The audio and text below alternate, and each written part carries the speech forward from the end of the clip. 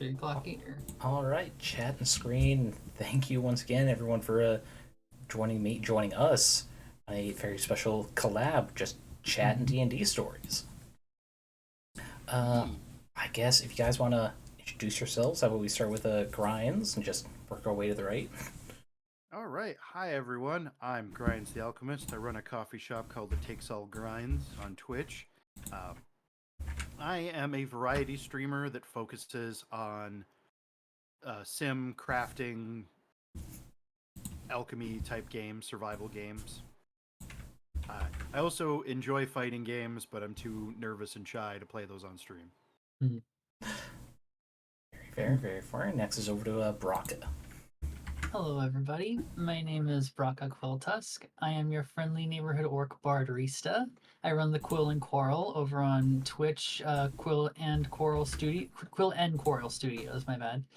I mostly do cozy games, the occasional actiony game, but a lot of visual novels. And I also talk tabletop stuff and transgender activism. Oh yeah, Shadow Gambit is very cozy. It's fun for me. It's cozy for the pirates. Those Inquisitors. Stabbing the Inquisitors is very, very therapeutic. It is. It really, truly is. Right, and we've got a Buske who's actually been on before. Yeah. My name is some guy named Buske, or just Buske for short. I don't stream as much as everybody else here, but I do a fair bit of home brewing, and I run a D&D game for Luci here, and I thoroughly enjoy it. Yeah, Buske is also a player in my campaign. So right now I've got his token on Lock the Warforged, who has been through some shit. Yep. But also I'm a little sad you don't keep streaming, because when I went to get your channel for the Shadow thing, I noticed you had highlights of Apex Legends. Yeah. And I watched one, and you broke out randomly into harmonica in the middle of that. Yeah, Nice. I know. It's oh my gosh. I just am always busy with class, and then I come back and I'm always like, oh, where did I put all my streaming equipment? And then I realize that it's all buried underneath my what I guess you could consider my storage unit of just tubs underneath my bed. But yeah, I especially need to figure out how to be able to properly put a stream overlay on Xbox, and I'm not good with technology, and it hurts my brain. Yeah, I'm hoping to rank me into a Nuzlocke one day. Just pair up like that. I don't know if you've ever seen a Soul Link, but those are fun too. But yeah, today we're gonna talk about memorable first sessions, one shots, that sort of stuff. Where a lot of times you're playing with people for the first time, so it can be hard to get everyone to mesh well. Yeah, seeing as I am hosting the stream, I'm sure you guys don't mind me breaking the ice on that particular story reveal. Go right ahead. I am going to talk about the second campaign I've ever done. Like the first one, it was just parody of Marvel Universe style comics. We had a helicarrier. We had a knockoff Nick Fury who had 2 eye patches because he's that much better. But the thing it was mission of the week stuff. We rotated DMs and eventually became me as the main one. And we ended that campaign with just a massive set piece.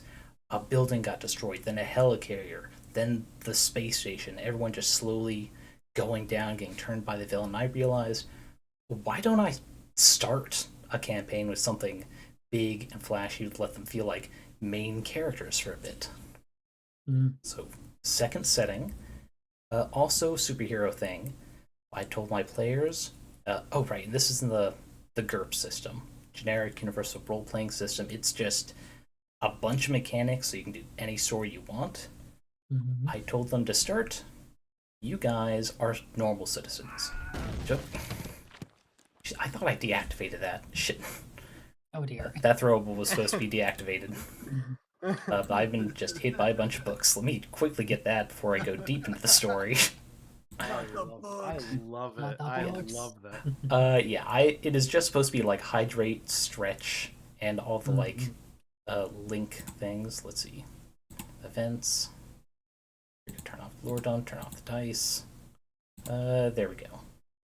So Boomerango cannot hit me again, like they always do. Let's see. Alright, so I told them the first session was going to be their origin story event. Gave them very precious few details and kind of made it sound like they were going to be pulling off a heist of some sort. It's like, this guy's on cameras, this guy's the muscle, that kind of thing. Just pick a few skills, and after the first session, you can make your own character from scratch, but this is to help get you in depth for the setting. Started them off in a nice little diner, talking over their plan, any last minute changes, with some ominous foreshadowing on the TV. Comets so bright they were visible in the sky, even in the middle of the day. People with powers discovered all over the world. The UN calling them together to the New York location to just talk with them, figure stuff out. But in the middle of that broadcast, synchronized watches and phones go off. It's time for them to leave out. Go out crossing the street, and there's just a random purse snatching that happens. Immediately afterward, several speakers are hijacked from nearby shops, and I reveal it wasn't a heist, it was a synchronized flash mob. Oh, I played, everybody was kung fu fighting, revealed that all their long overcoats and stuff were taken off to reveal like karate gis, and they were just dancing in the street. That's amazing. Yeah, to help set the tone that it's a superhero campaign, we're still doing some goofy stuff. Mm-hmm. But the guy on cameras was the only one to notice that the meteors they had overheard on the TV were also visible in that location. Getting bigger, closer, and then, because he didn't notice it soon enough, could not announce to everyone that they were rapidly closing on their location, just crash, everything goes to white. And when they wake up, they're in this crater, though they don't know it first, because it's just so bright, even if they close their eyes, cover them with their hands, they can't see anything but white. Ooh. And this is probably where Buske recognized from a one-shot I did based on this. They are compelled to go to the center of this just giant pit. Colors slowly coming back in grays and blacks. Along the way passing one guy who's still in full color, but doesn't respond to anything at all. And he's just crying over an image of a kid that he's holding, like elementary schooler, before taking a giant sledgehammer next to him, spinning it, and kind of like Thor, almost throwing it into the air, but letting himself be dragged behind it. Mm-hmm. Just a little hint of the mentor they're going to find. But largely the meat and bones of it is at the center of this crater. There are 3 faces just set on tables, just out of nowhere, and they see silhouettes of another like 50 or so people spread around, still in grayscale, nude but no details showing. And thank you for the follow. Appreciate it, though I just missed the name. But yeah, 3 faces, each with very different energy, like coming off them like a magnet, attracting them all. Mm-hmm. A brown one, it's like solid, sturdy, like a mountain. Another one's like blazing fire and destruction. The third, a formless river, always adapting and slowly eroding. And they are compelled to choose one to accept as their power. I completely stole this mechanic from Kingdom Hearts. I was about to say. Yep, they had to choose one. Oh, this sounds familiar. But it was new enough at the time when I was playing with my brother and our friends that not everyone knew right off the bat.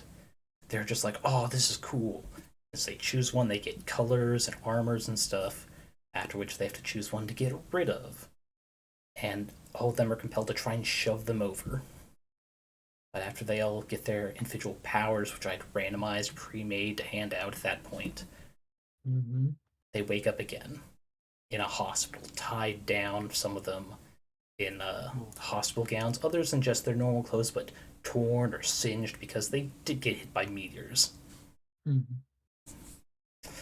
The part that really got them was when they woke up and discovered some of them had handcuffs on them, one of them easily picking their way out because they did think they were going into a heist. In the hallway, they hear a slow step, step, step, and just repeating of that, slowly getting closer until someone looked out and saw there's someone disguised as a doctor, just silenced pistol killing people in gurneys. Good grief. To let them know that while there is going to be some goofy superhero nonsense, the military doesn't like them. They pull a fire alarm, took this guy down. The most memorable part to me, though I forget all the characters' names, they saved an NPC who was stuck in a wheelchair with just a cheap wheelchair that doesn't like fold down or anything. So two of them, just each one arm over his shoulder, carried him down 8 flights of stairs when they didn't have to. Didn't even plan for them to take the guy with them. And they just had to break their way out with a bunch of SWAT guys out front. That is like the stuff of heroes right there. Mm-hmm. Mm-hmm. Yeah, I love that setting. I've adapted that session 1 to one shots in all 3 systems I've done since then. Because just for a one-off, that's such a fun story for people. I can run it with 3 coins to flip and a pad of paper. I've done it so much. Nice. Yeah. Also, hi Brazen, hi Copper.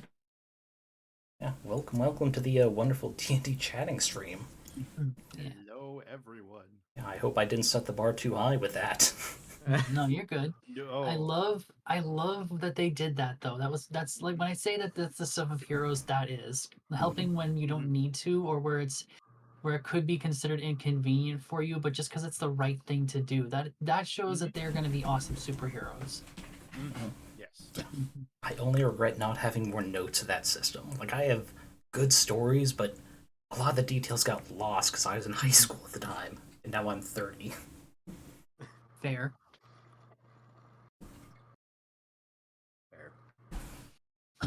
Yeah, is there anyone who'd like to pick up with their story after that, or do we want to talk about that some?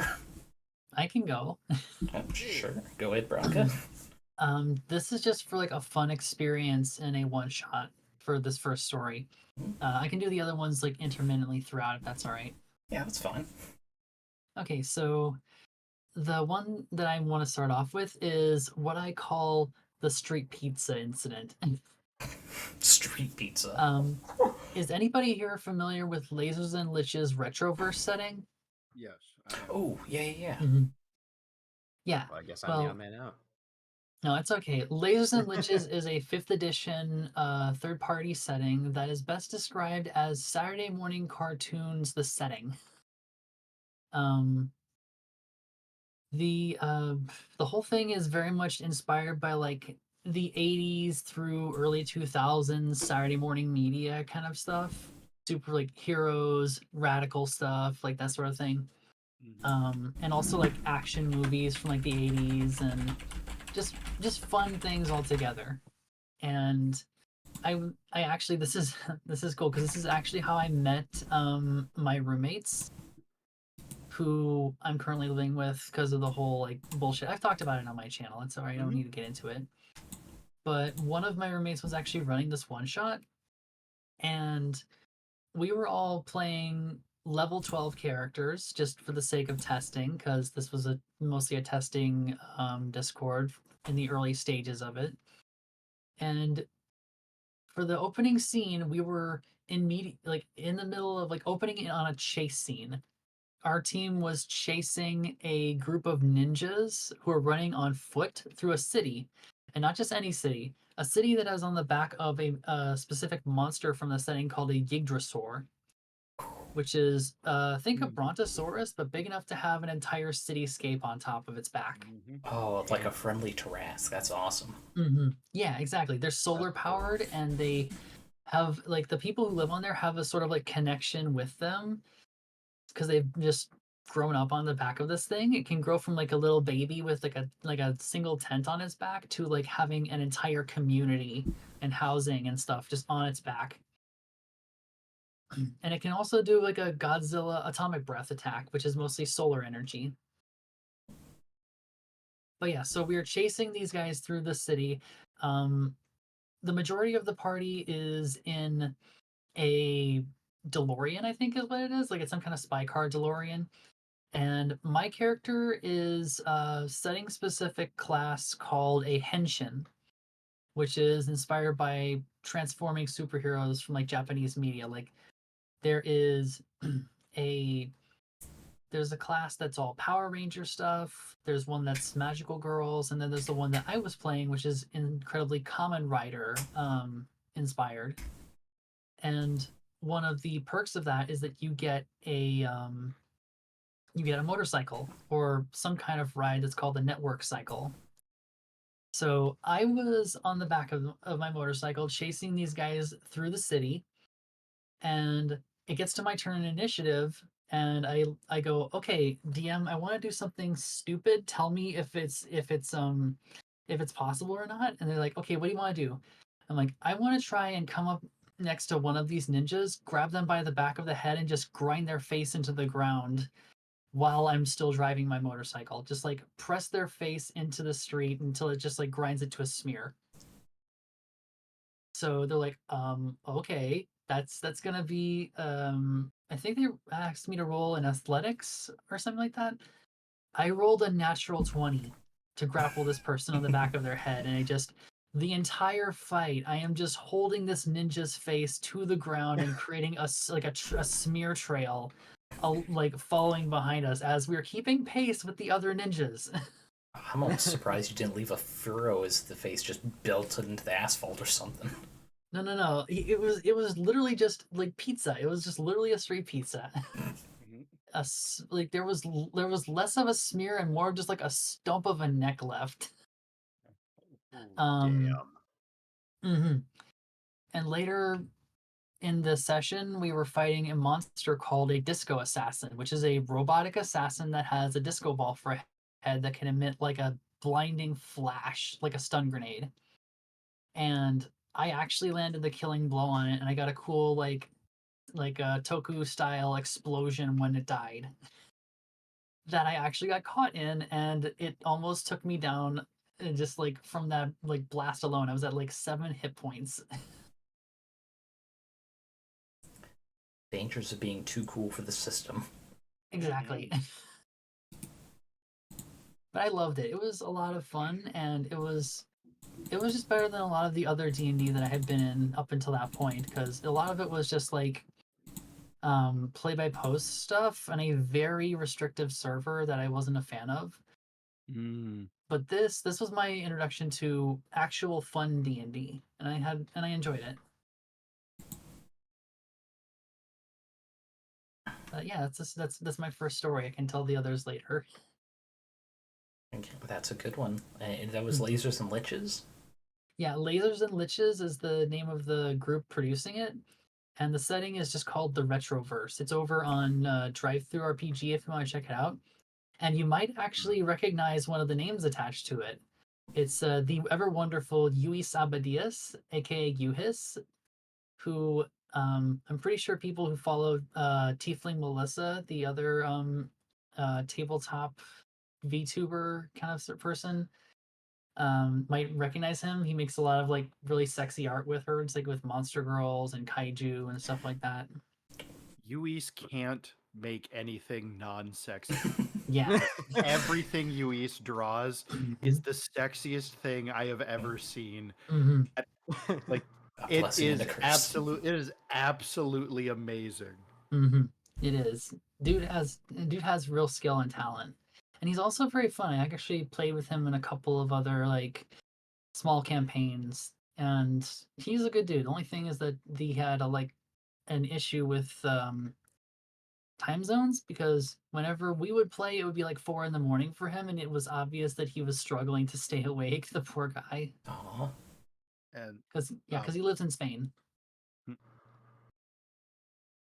Yeah, Yeah, The thing I would like to add about Retroverse is it's also written by the wonderful Snickelsox on Mm-hmm. Twitter, who is a phenomenal writer of just like relatable, goofy, and unexpected stories. They've been Mm-hmm. writing short form um, D&D stories that are all part of a connected universe on their Twitter. It is amazing stuff. Mm-hmm. Snickle needs a lot more because they've also been doing the Diremon stuff, which is all Mm-hmm. the dire versions of Pokemon, and then the dire Digimon, and Mm-hmm. and Snickelsox also makes a bunch of bee themed enemies and All character of the bee classes and stuff. stuff.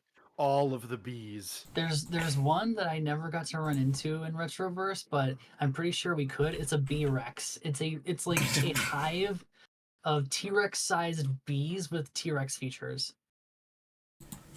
oh, that's awesome. Mm-hmm. And then you each drew that really sexy bee woman. Mm-hmm. Yeah, I was that's like, actually a oh, playable race in the I Retroverse. know, They're I called know. Hiveborn. I'm like, oh my gosh. Mm-hmm. Wow. Like I said, Uis can't draw anything not sexy. Mm-hmm. Yeah, I like the amount of dinosaurs in the Retroverse, but my favorite one that I've actually had the chance to fight is a Chainsaurus. It's like it's a Deinonychus sort of size thing, but it has like a biological functional chainsaw on its snout that it can use to just carve through stuff. Lexi. Hi, Lexi. Good to see everyone's turning out for this wonderful chat. Mm-hmm. Just a B Rex. Oh, Mm-hmm. yeah, I had to take time just to look up Snickelsox. I almost spelt it wrong. I thought it was a CKS. No, they're No, that's an like X. One of my other games that I was in that unfortunately I think has been like kaput now because of all the information being lost for it, like the notes and the podcast stuff. One of those games they actually had him in there as an NPC who was a gnome that ran a teleporting magic shop of used magic items. Yeah, it's like what was the name of the place? Snickelsox, Nickelsox, and Oddities Emporium. He had a great he name. had like a bin that was just full of all like the left socks that get lost in the in the universe. Oh no, they did it. Mm-hmm. And you had to roll if you're going to search through there. You could roll to see if you could actually find a match. And every time you came there, he had a punch card, and if you got to like I think it was 13 punches on the punch card, you get a free wish. Nice. Damn. Mm-hmm. Yeah, it was fun. That's almost affordable. Right? I know. I've got a. I do also have a gnome in my current campaign that I'm running with Lucy, who also has a teleporting magical item shop. Nice. Yeah. So I heard that, and I was just immediately like, "Oh my gosh!"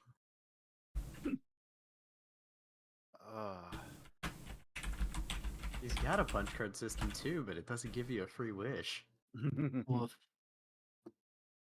Then it's just not as good. I know. He's got to All it step does up is his drop. no. He's got to step up his teleporting item shop game. Mm-hmm. That's true. They just had a big Oh. sale on rings the other day. Yeah, you really tried to stack us up there. And then only like 3 or 4 rings got bought by the entire group. Most of them for 2 people. Oh. Can't say I didn't try.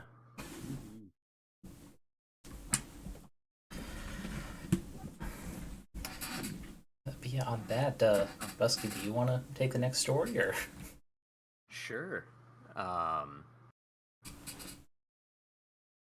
guess the first story that's come to mind for me was one of the very first times that I had ever played on. I do a lot of D&D on Roll20, and the first ever group that I had joined, I want to say I was about 16, and I ended up making a necromancy wizard who was joining the party very early on. I think we were like level 3 or 4, and I only played this guy for just a few sessions, but his whole deal was that he was once a merchant who had a bunch of, I can't remember if I did bandits or mercenaries that basically tried to make him pay incredibly exorbitant taxes, and when he couldn't keep up, they just threw him out of his house, and he was trying to revive his wife and daughter through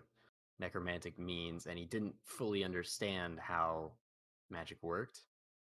But in the very first session, the DM introduced that the party was trying to return a princess home because, if I'm remembering correctly, I think her older sister and her, I want to say, betrothed tried to overthrow the kingdom, oust her, and the whole session, my character was always being snarky and a little bit of a dick, and I don't want to say it, trying to avoid this princess because he just didn't like nobility. And so, starting in this first session, he would always try to just ramble about anything magical he could learn. And I eventually came to find out that she couldn't cast magic and was very interested in it. And it was one of those things where, as somebody who had first just started playing D&D, it was very easy to grab my attention with that. And it was one of those things where,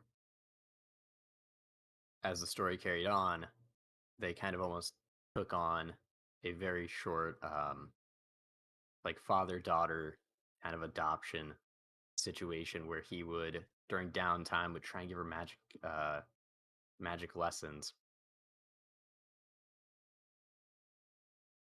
But it's not as crazy as, driving around in a motorcycle, but it's something that it's just a very small, uh, small scale story that has just clung with me for all these years. Mhm.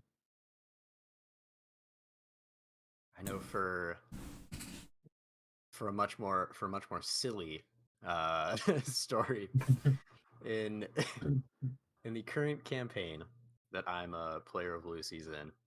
Mhm. They started off with a one shot, kind of introduce our characters and flesh them out a little bit, and I think we're level 2 or 3.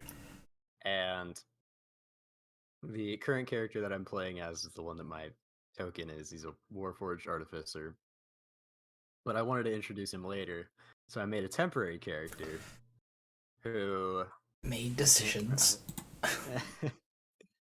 yeah, I ended up naming him something like I think it was Remy Ramsey from Nice. like referencing Ratatouille and Gordon Ramsay. Mm-hmm. And when we ended up getting kidnapped by these mercenaries, and when we woke up, everybody was doing their own thing. And my character immediately, instead of helping out everybody else, I stood up, was like, "How dare they take me out of my kitchen?" and just left everyone. Started walking down the hall and just casting vicious mockery on anyone who tried to get in my way. And I think while the rest of the party eventually got free because they were helping somebody get out of their bindings, they opened up the hallway to see me just insulting a corpse and saying, "I bet your soup is cold. You don't even know the difference between a rare and a medium rare steak." And just insulting these people to death. And it is one of the most, I typically don't play a lot of joke characters, but it was one that I was having far too much fun with. That when the time came of we got a similar choice of kind of almost like the colors and Power Ranger stuff that Lucy was mentioning earlier. Ooh. And you were kind of being drawn to like a element of earth, air, water, fire. And I think Just the earth, water, fire. We yep. weren't summoning Captain Planet, sadly. And I think the one that I ended up being drawn to, I ended up pushing it over. Yeah. which was the very wrong choice. He saw, But I'm eventually- tempted toward this. No, because I'm my own person. Yeah, I was like, no, this is clearly mind control. Nobody mind controls a great chef like me. Everybody else was just looking at this guy like, what the fuck is this problem? But I very much enjoyed being a chaotic little halfling chef. We'll call it Gremlin. Yeah, but like you said, that was actually the same one-shot type deal that I opened up with, the whole dream sequence. But it was still getting to the campaign, because they were all, like, captured right as this big event that changed the world happened. And, you know, it was a merc group.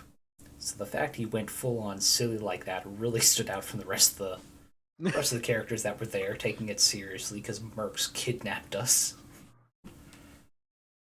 Buske likes being a little shit when he can.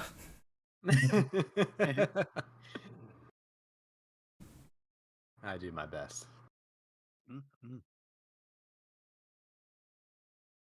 But yeah, that leaves Grinds with the story then. All right. I don't know if Lexi is still in the chat because she was part of this game. This was a while back. We were playing Shadowrun. It was Lexi's first time playing Shadowrun and everything. We had a small group of 4. One of our good friends really wanted to run a Shadowrun game, and so we were like, yeah, sure, let's do it. Let's put together the Shadowrun game,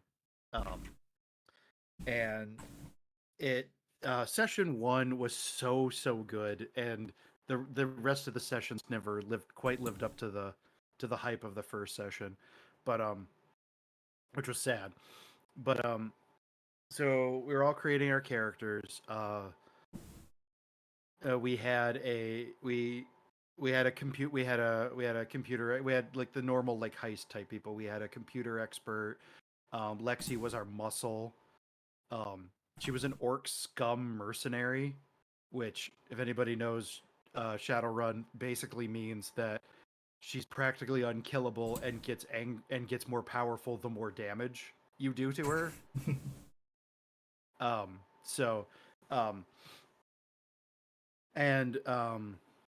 See, there's the computer expert. There was our muscle. Oh, we had a robotics expert, and then we had me, and I was a shaman who could access the like internet plane through my mind and everything like that. That was pretty cool. So we're all mercenaries, and we get hired to do this job where we need to infiltrate this place and hack into the computers and so forth, and get all this information. And we need to make sure that if we get caught, there are no witnesses.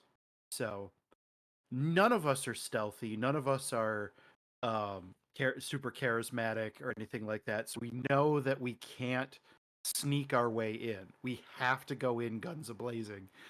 And we're questioning why somebody would hire our particular mercenary group when it's very clear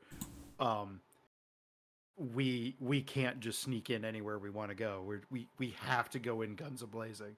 So we stake out the whole place. I enter the astral plane to try to hack their computers and everything. And we end up getting alerting the security guards, and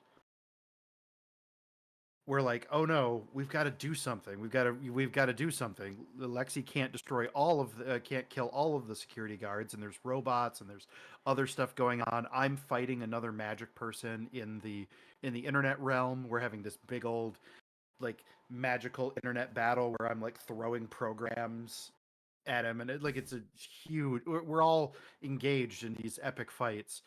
So our robot expert is like, oh man, oh I know, explosions, and he turns to the GM and says, "Are there any cars nearby?" Um, and he's like, "Yeah, there's some vehicles and stuff." Like, cool. And he sets up this elaborate plan to he like wires all of these cars to be basically giant drivable bombs. And the GM sees this and is like, all right.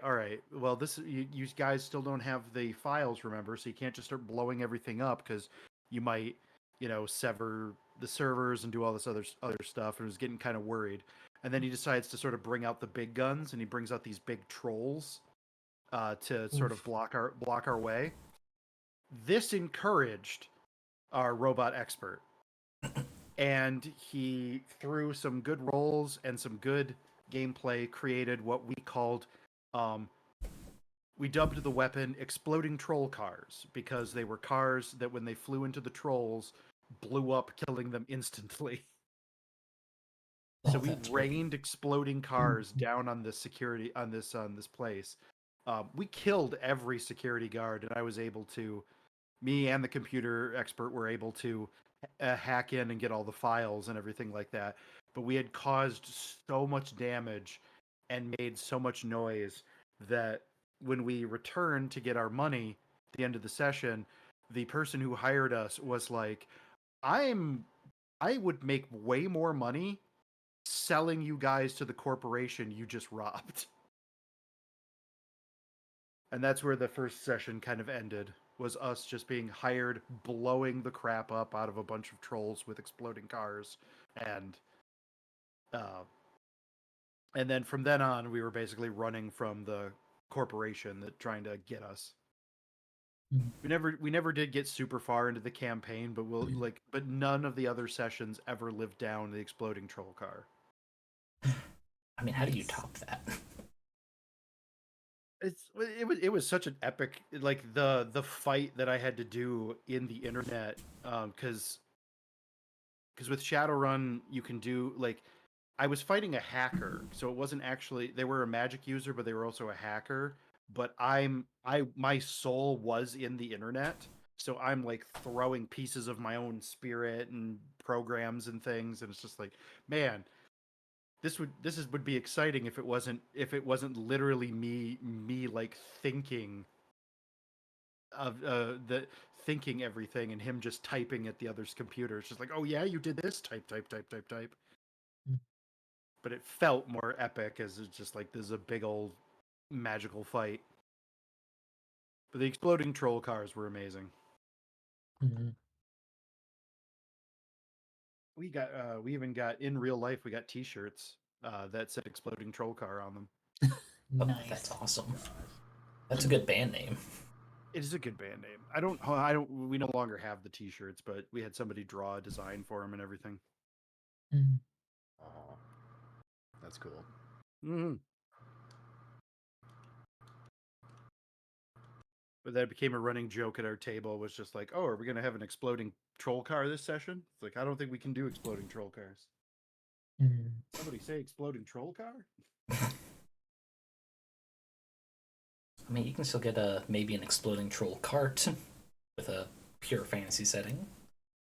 Just won't be the same, because you can't hack your way into getting it done, right? Mm-hmm.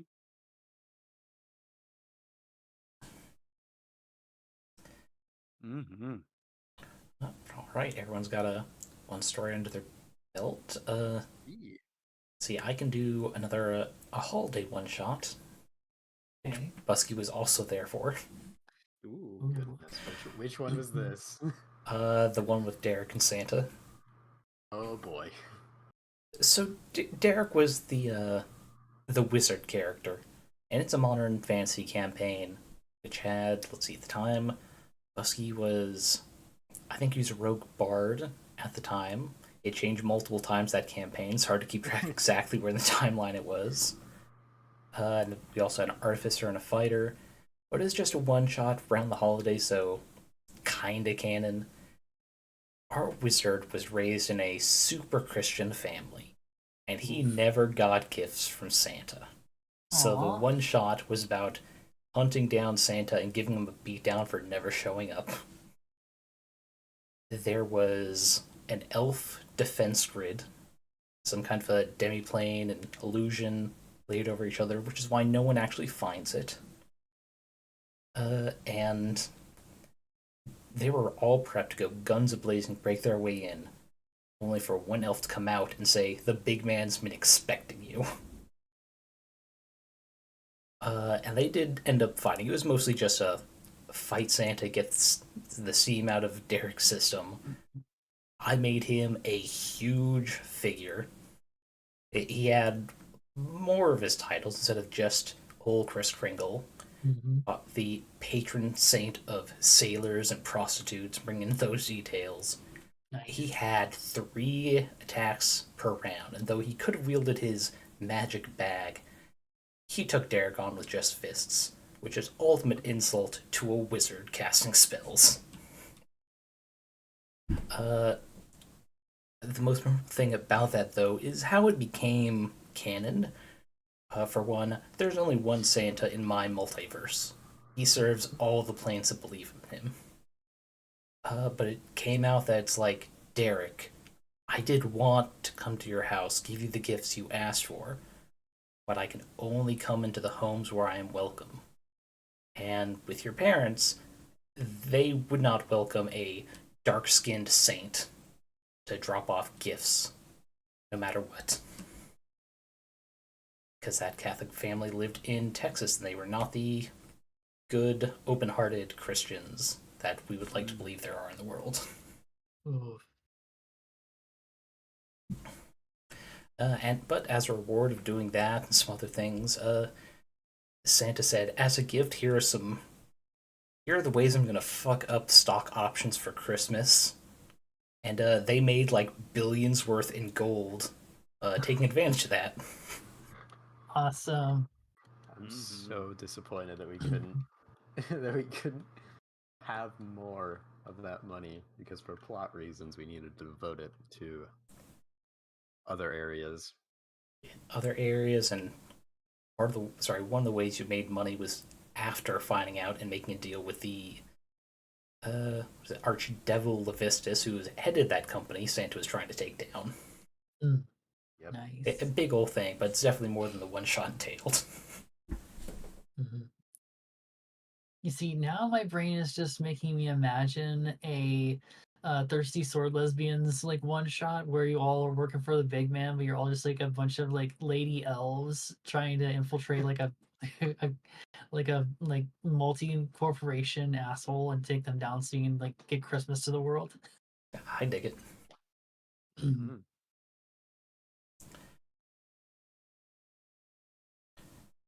But yeah, anyone else have a particularly fun big one?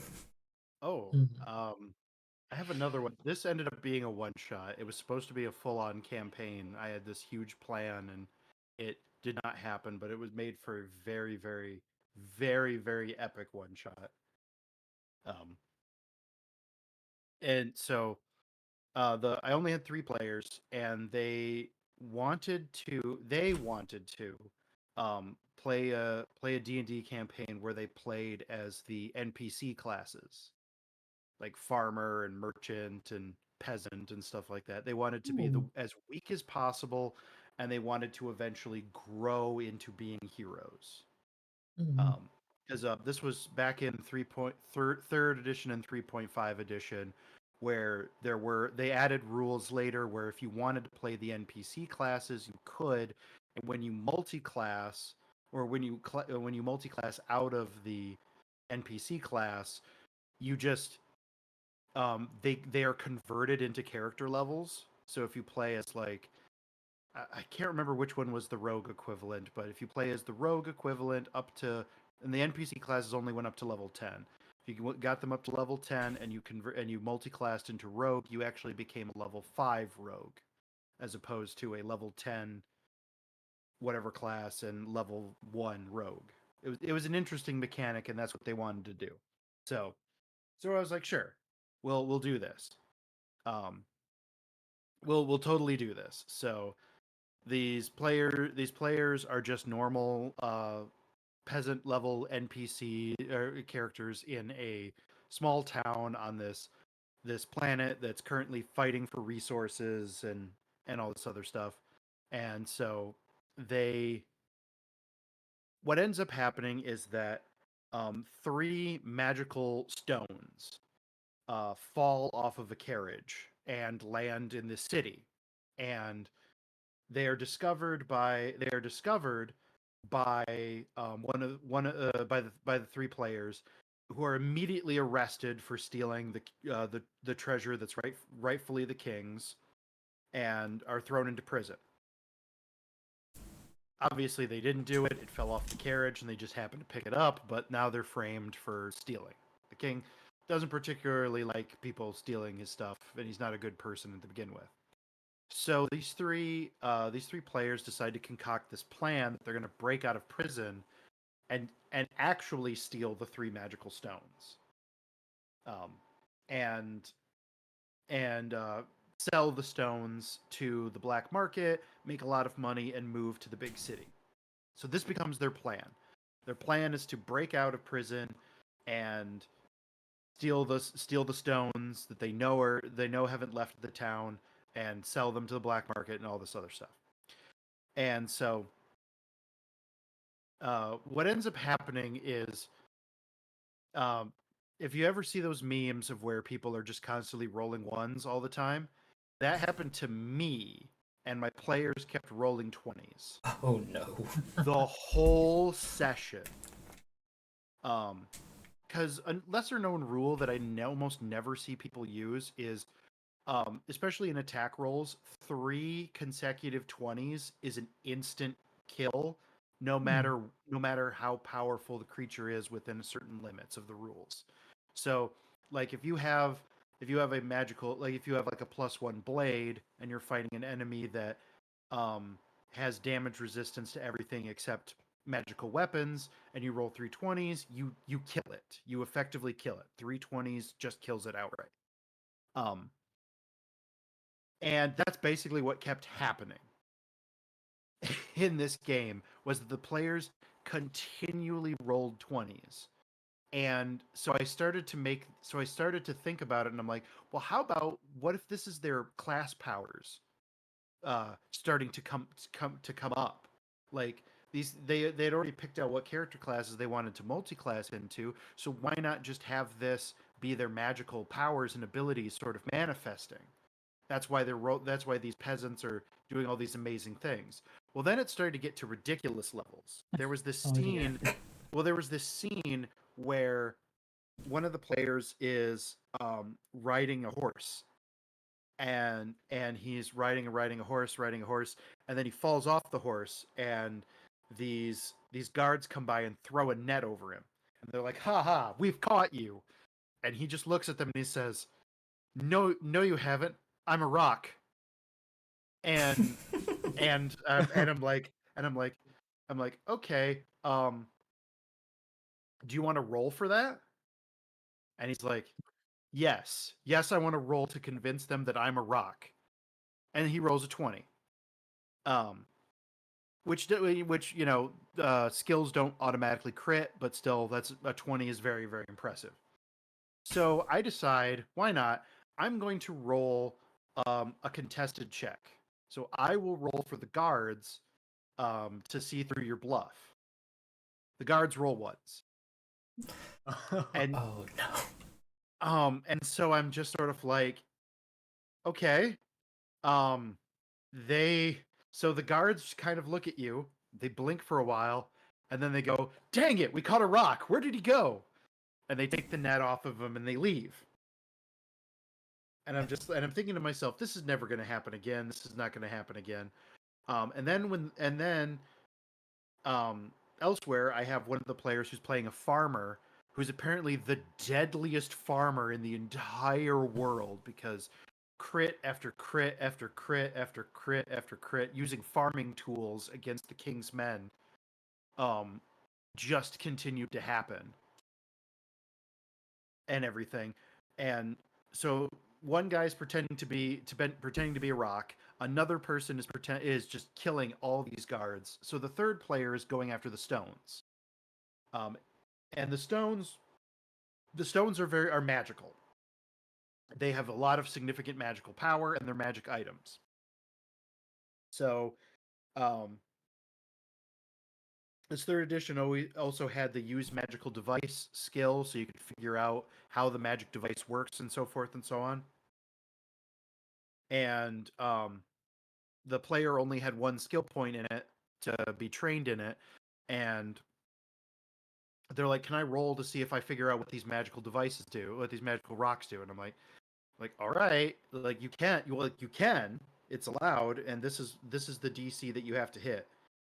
And they rolled a 20, so they succeeded, and they figured out what the magical stones did, and discovered that the magical stones could essentially transform you, empower you. One empowered your strength, one gave you durability, and one gave you speed. And so they now knew how to activate the magical items, and started activating the magical items to basically get their friends out of there. Guy who lied continued to lie to the guards to convince them of all kinds of different things, such as he was actually a field of corn. Yes, field of corn is what he convinced. He convinced these guards, who I just decided from that point on were the stupidest guards ever, because they always rolled ones. They were the most incompetent King's Guards ever. Um, and so he convinced the guards that he was an entire field of corn, so they had to go around him. And Farmer Guy is just killing everything in his path, while the third guy is now magically empowered Superman running around, just causing chaos and everything like that. So they defeat the King's Guards, and they all escape. Definitely having made a name for themselves by just eviscerating, just making a mockery of the King's Guard. And then I reveal at the end of the game session that these stones are actually from not from this planet, and a large spaceship lands lands in front of them. The doors open, and a person comes out and says, I see you found three of the stones. Can I interest you in helping me find the other three?" And then that's where it ended. That is phenomenal. That's amazing. I changed dice too. I didn't use the same dice as because I'm sure this is normal. People have People have jails for their dice, right? Like Yep. if your dice are being bad, you put them in jail. I had Right. so many dice in my dice jail for rolling ones that I feel like they were all trying to like my dice were conspiring to have a party, big old party. Yeah, they're and they all wanted unionizing to hang against out you. together. Like, we're not putting up with this shit. Like I just one after one after one after one after one. It was just like, wow. You know what that lie reminds me of? Hmm. I know Buske hasn't read any of the Discworld books where this happens, but maybe you two have. There is a talking dog, just radiant magic in the area. He's just able to talk, so we can skip over that. But no one thinks he's a talking dog, because dogs don't talk. And if any question them, he just says out loud, "Nah, I can't be talking. Dogs don't talk, and you know that." Oh yes, And it almost always works. Amazing. It only fails on two people. One who is just almost supernaturally aware, and the other's a werewolf. They can understand dogs normally, so they know he talks. So yeah, the fact that he's like, I'm a field of corn just working. I'm like, that's Gaspode the dog right there. You gotta walk around me because I'm too big. It was so fun, and like the main reason why we couldn't keep the campaign going was just because of scheduling things. It was and everything. It was just so much fun. It was just like, wow, this is the most amazing thing ever. Like level 1 farmer, level 1 merchant, and level 1 something else. And they're just stomping this battalion of knights into the ground. I guess that's why the king wanted those items. He desperately needed them, even for his own personal guards. Yeah, it's just like, they'll never know. They'll never know about the king and his soldiers because the game doesn't exist anymore. But it was just so much fun. I was just having an absolute blast. So, yeah, what about you, Buske? Any more stories in the tank? Um, the one that I'm thinking of is currently from my most recent game that I'm running, and I did I did each. Well, I have, including Lucy, 5 players. So I gave 3 session 0s, where most of them would be a duo, and one of them was just a lone wolf. And their whole journey was they're on one island, they need to get to another, and the form of transportation that just so happened to work for them was that they were all going to end up taking the same skyship across the water to get to this place, because at this point in time, typical travel over water, just by a regular boat, has more so fallen into kind of more pirates, smugglers, and generally ends up in a bad time for just your average traveler or someone going on vacation. So what ended up happening was, during each of their little session 0s, they ended up booking passage, and by the time that the campaign started, with the very first session, they all boarded the ship, and while they were on, storm came and eventually went below deck, and during which one of the players decided to go, "Hey, I'm going to make sure that everything's going on okay." And when they tried to open up the hatch to go above deck, they realized they couldn't get it open. And I think after 2 rounds of various different people trying to bust open the hatch, they eventually got it to move out of the way. And I can't remember if it was someone standing on it or if they put a body over it to weigh it down. But they came up below deck, realizing that the whole place was being hijacked, and a fight ensued, during which the engine of the ship got damaged enough by these pirates that they were just going to scuttle the ship, and they'd initially come in on wyverns. So as some of them hopped back on their wyverns, some of them ended up dying. The ship was going down, and the whole party was like, what do we do? We had people trying to rescue the engine, some of them trying to course correct it and glide it down to the ground. And eventually, it ended up crash landing on an incredibly small island, a few dozen miles off the coast of the original island that they had left.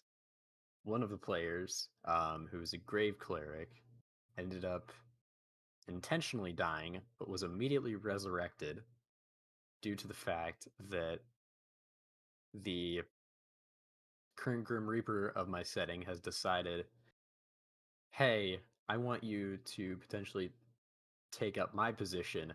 I don't want you to die just yet because, one, that wasn't supposed to happen, and two, I gotta actually see if you're worthy of taking up my position. And I will never forget what his IRL friend said, who also plays in the game, as when he came back to life, he said, yeah, my character looks at him as he comes back from consciousness and says, "Ah, you're finally awake," with the infamous Skyrim line. And I just remember We all lost it I for a just bit. That's amazing. we did, and I think I ended the session there. because I think I remember saying, well, anything I do is not going to top that. Mm-hmm. But that was probably one of the most enjoyable session ones I've had. And the next game I run, I've already planned out what I want to do, Mm-hmm. but nothing beats an infamous meme at the end of a session one. I got two comments. First, what Discworld book are you reading right now again? Mort. Yeah, Which- the one you've accidentally taken the plot from for the Death Cleric. Yeah. Every single Discworld book I've somehow unintentionally stolen the plot from in one way or another. Yeah, I'm waiting for you to get to one of the witch books. But also, I thought you were going to talk about the Session Zero that had me and the Warlock almost throw down with the Bard's player, who you were piloting in his stead, because he was not part of our Session Zero due to timing. Yeah, it was. Like, there was a nightmare business, I think it was. And the Warlock blamed him in particular, because I said, it's like, maybe? I mean, he's the new guy. Maybe he did it. Yeah, which I will say this is a good enough point to reveal it because enough's happened in the plot. But during the session zero, everybody had some sort of a nightmare. Basically seeing one of the four horsemen of the apocalypse, who are currently going under the disguise of a benevolent and caring church that was just trying to round up followers and help out people. But this rogue, this changeling rogue, he is tasked with keeping an eye on them because he had heard that these two circus performers were secretly devil worshipping, potentially, dragons, who are wandering around and basically just needed to find out, okay, are they just normal performers who are just bluffing, or are they actually, something to be considered? And when one of the characters had this nightmare, they woke up in the night, looked at the guy who was disguised, and I'd asked permission from the player to play his character. And when I told him what had gone down, and when I went over things in his session one, he was very thankful that nobody tried to kill him because I didn't reveal to Lucy and the other player that yes, this is another character, because they knew the character that was coming was I think they said they were playing a half elf rogue, and I was just like, oh, this is just a dwarven bard, because he had taken up instrument proficiencies as part of his disguises. Mm-hmm. So I believe it wasn't until a session or two later where they realized, wait, this is the same fucking guy. Mm-hmm. It was an awkward first session. We had to re-meet him on Airships. Like, sorry about threatening you the other night. Otherwise, great goof.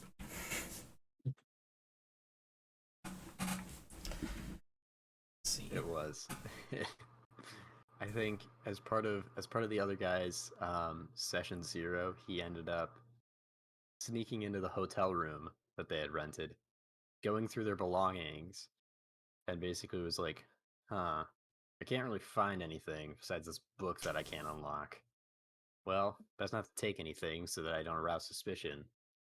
And when they did their session one, they came in, and I think I had each of them roll investigation, and I was like, and I know for a fact that Lucy's character has intelligence as a dump stat, and the warlock, I think they have just I don't even think they have a +1 to their intelligence, and none of them succeeded. And I'm like, okay, the room's completely normal, which they ended up doing like a quick little pat down of like, did he replace anything with a mimic?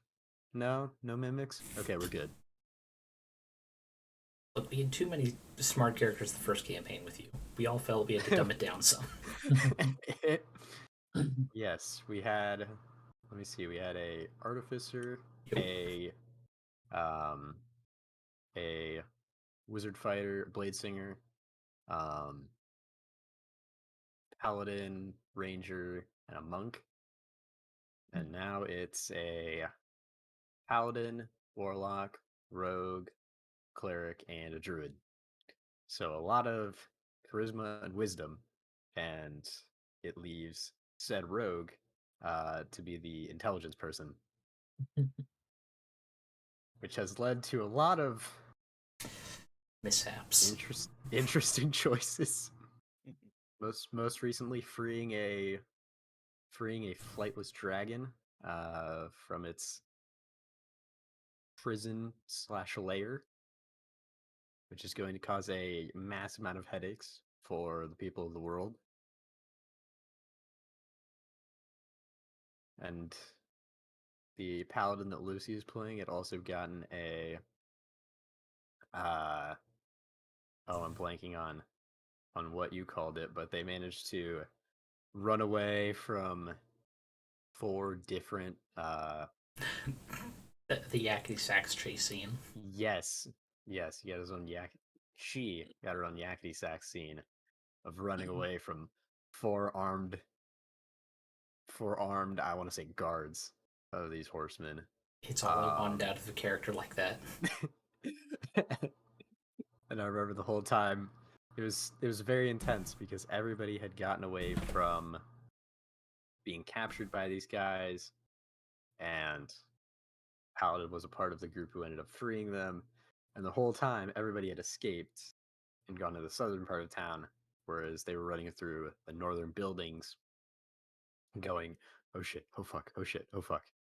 As a lot of the dice rolls were really close as these guys were trying to grapple them and, breaking grapples and using, I think, just the level 2 spells that they had access to try and get away before eventually being able to switch places with their familiar and hide out on top of a building as everyone else in the party was like, Oh, not even that. I had used up all those uses. I oh, had that's right. Sanctuary, and from an item, a one-off use of Jump. I got up on That's the what it rooftop was. tops and just parkoured away. Good times.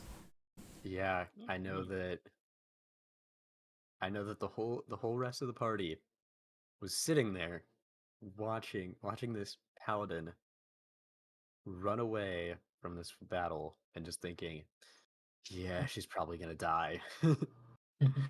We'll try and find her. And I think she ended up hiding in a bush. And as they walked by, she popped her head out of the bush and said, guess who's alive? Nice. Anyone else have any? Because I have one last one, but I figured it'd be maybe the last story before anyone in the audience has any quick anecdotes. Okay. I technically have 2, if it's okay to share them. Yeah, go for it. The first one from something I played in, the other from when I did like a small stint at DMing.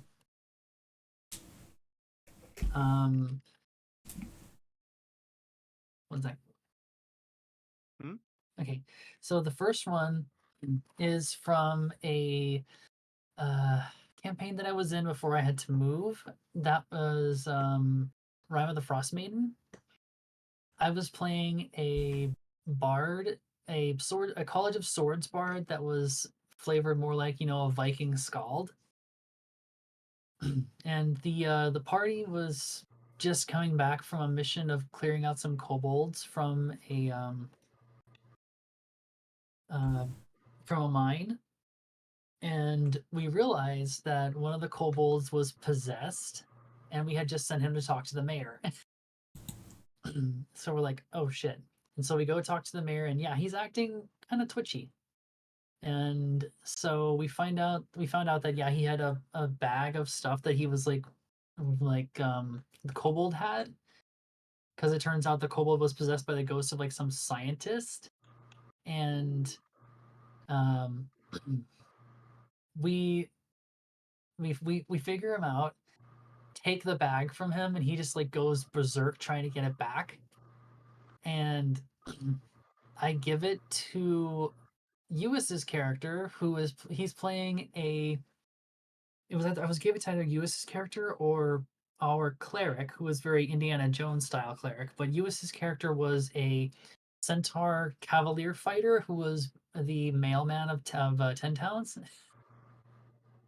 And because I'm in range, I look at the ghost and go, "Hey, buddy!" And I point to the bag and just go burn. And I use prestidigitation to light the like dry mushrooms in there on fire, and it just lights all of his research on fire.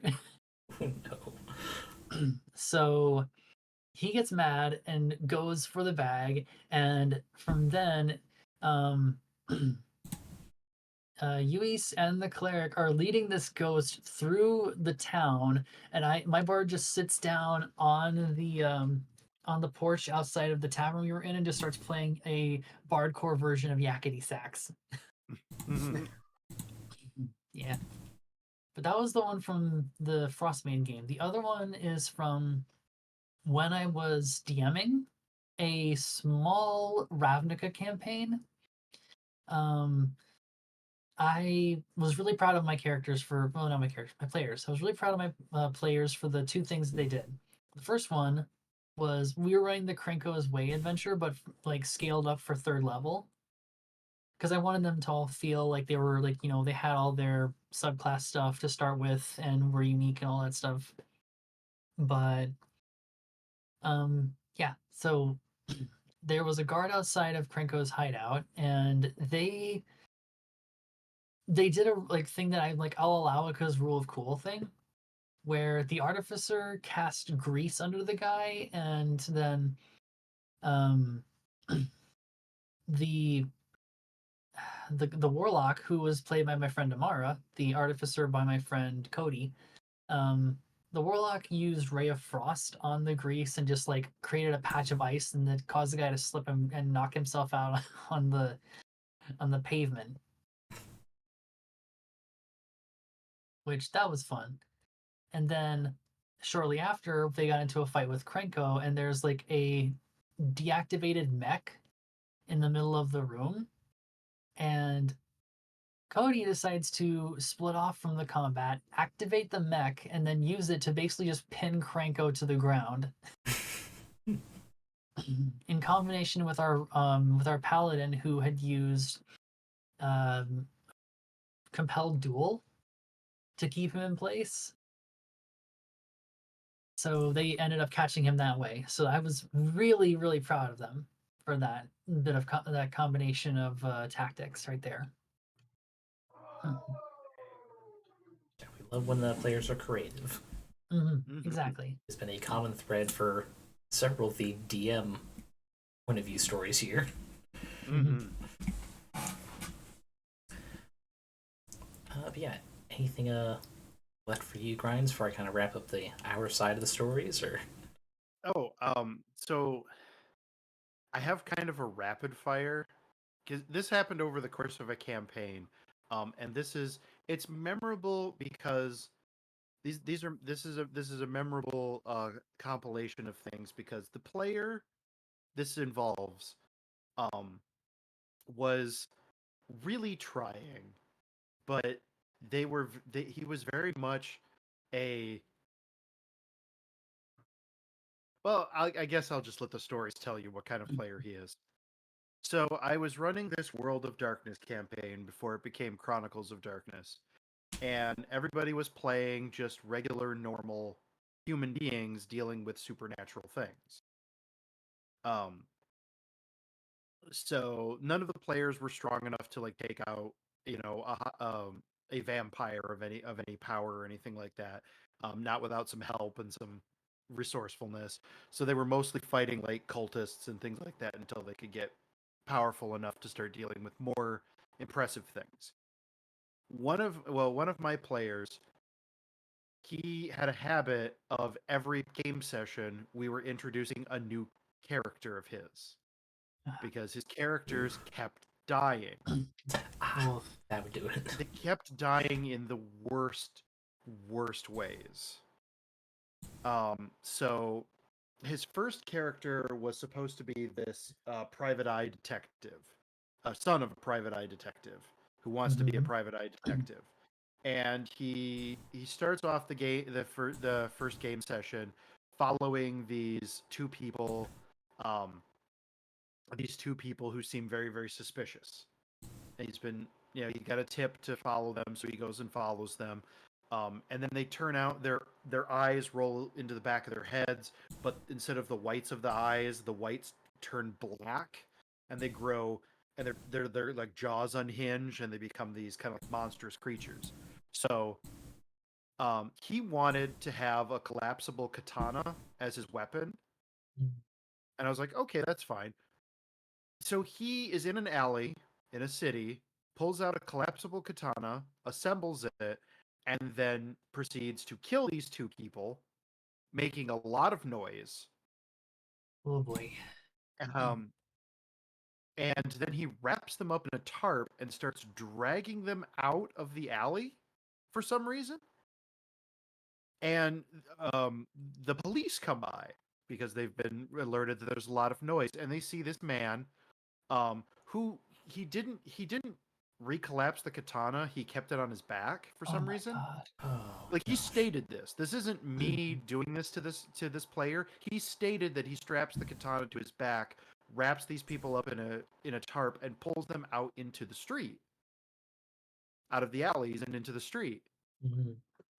And so the police find him and they ask what's going on. So he decides to do a bluff. And his bluff is, oh, these guys had a little too much to drink, so I'm dragging them home. in a tarp And it's hard. with a bloody sword on his back. With a bloody sword on his back. Now, to be fair, the blood was black and pulsating, but still, there's blood on his sword, and it's a tarp filled with bodies. So the police very clearly arrest him. They don't believe him. I was like, I'm not gonna roll a check. No. And so they arrest him, and the player is mad at this, but he's like, fine, yeah, I'm arrested. He through some magical shenanigans, he's able to get out of being arrested for murder. Because I didn't really want to have to deal with one of my players basically going to prison for the rest of his life for murder. Mm-hmm.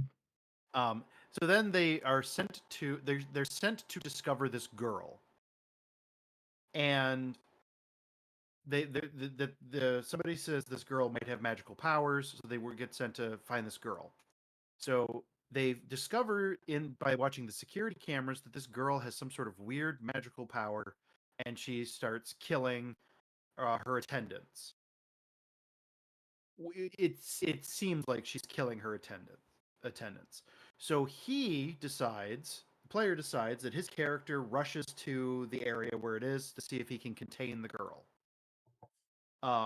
Lexi is also in this game, and her character can see ghosts, and she notices that it's not the little girl that's killing the people; it's this weird spirit that little girl seems to be battling. This player, I'm going to call him John, just so it's easier to say. John runs up to the little girl. At this point, they had gotten weapons, additional weapons to have.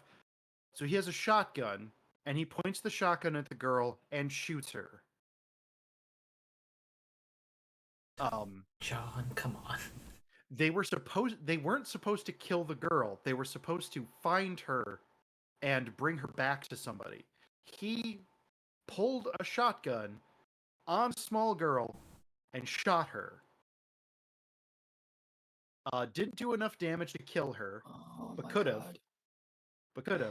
And then John is then killed by the ghost that the girl was fighting off, because the girl was strong enough to fight off the ghost spirit. He is not, and he dies. So he's angry. He's angry because his character died. And he's so mad. Oh my god. So he's like, well, okay, I need to make another character for the next game session. So the next game session, the players have gone off to Europe in order to investigate in the first session, the remaining two players discover that there's this chalice that's turning people into cannibalistic monsters. And so they discover that the chalice there's multiple chalices and they have origin in Europe. So they go to Europe and they meet John's newest character, who helps them deal with some supernatural badness. But then they say, well, how about you join our group? We're going to look for more magical badness. And John's character says, no, I'm a lone wolf. I work alone. And then Oh he my leaves. God. He leaves, encounters a woman who is transforming. She's turning into a naga, and he decides to kill her, and she eats him. just eats him. Eats him. Constricts her body, so he's crushed to death, and he dies. So his newest character is dead. And and again, John gets incredibly angry, and I'm like, John, you chose to go off on your own. You can't get angry because you died fighting a creature your character would never have known existed, and refusing the help of the two other players. And he's like, fine, whatever. Yeah, I'm seeing the pattern. He's approaching it like it's D&D when it's supposed to be a horror story. Yep. It's like So John's third character was a retired reverend who became a vampire hunter. So the story is starting to go off the rails. They discover the cult that is dealing with these chalices, and they discover this large demonic legion demon that is serving as the home base for this cult. So they investigate it, and they go in to discover what's happening. And John's newest character comes in, and immediately kills the first NPC he sees. Okay, at this point, it sounds like he's just being petty. oh my God. Yeah, he's just getting angry at this point. Like he did this thing where he leaps down, and so there's a bunch of regular people helping this cult. They have no idea what the cult is.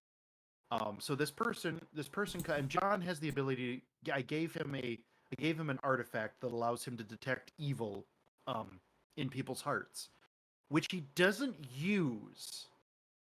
He immediately jumps down. A assistant walks up to the main bad guy, who John should have shot. This assistant walks up to the main bad guy and says, Sir, we found it," and then gets a stake right through the heart. Like, John rolled so many critical successes that this person died instantly without, had no time to, process what happened or anything. So much damage. This completely innocent person who was tricked into helping an evil cult was just killed. Oh my God. So then John decides to be cool and leap off a balcony, which he fails at doing. His character was not designed to do superhero moves or jump off balconies or anything, but he decided to jump off a balcony anyway because it would be badass. Oh my And God. he falls effectively a floor and a half in distance. And takes a lot of damage, but gets up, and then the fight with the big bad guy in this area seems to go pretty well. The bad guy escapes, the demon starts to decay because of some magical shenanigans. And as they're running, they discover that there's crystals embedded into the walls. And I've been hinting at these crystals for a while. John decides, I'll shoot the crystals. I don't know why he decided that, but he decided to shoot the crystals, and the crystals explode. He shoots at point blank range. Oh my God. Oh, Why? no. Why would you do that? With a And ranged the crystal shards are soul shards, kind of like Skyrim soul shards. Yeah. But if multiple soul shards stab into you, your soul essentially breaks into tiny pieces, and a tiny piece goes into each crystal, and it's near impossible to repair your soul after that. So character number 3 is dead. Lessons learned? None. Finally, This- I'm finally, already getting the one vibe of the one picture where the guy's riding a bike. He pulls out a stick and jams it into the front Yeah. wheel. so finally, John decides he's going to make a final character. He sits down with me and he tells me exactly what he wants and how to build it.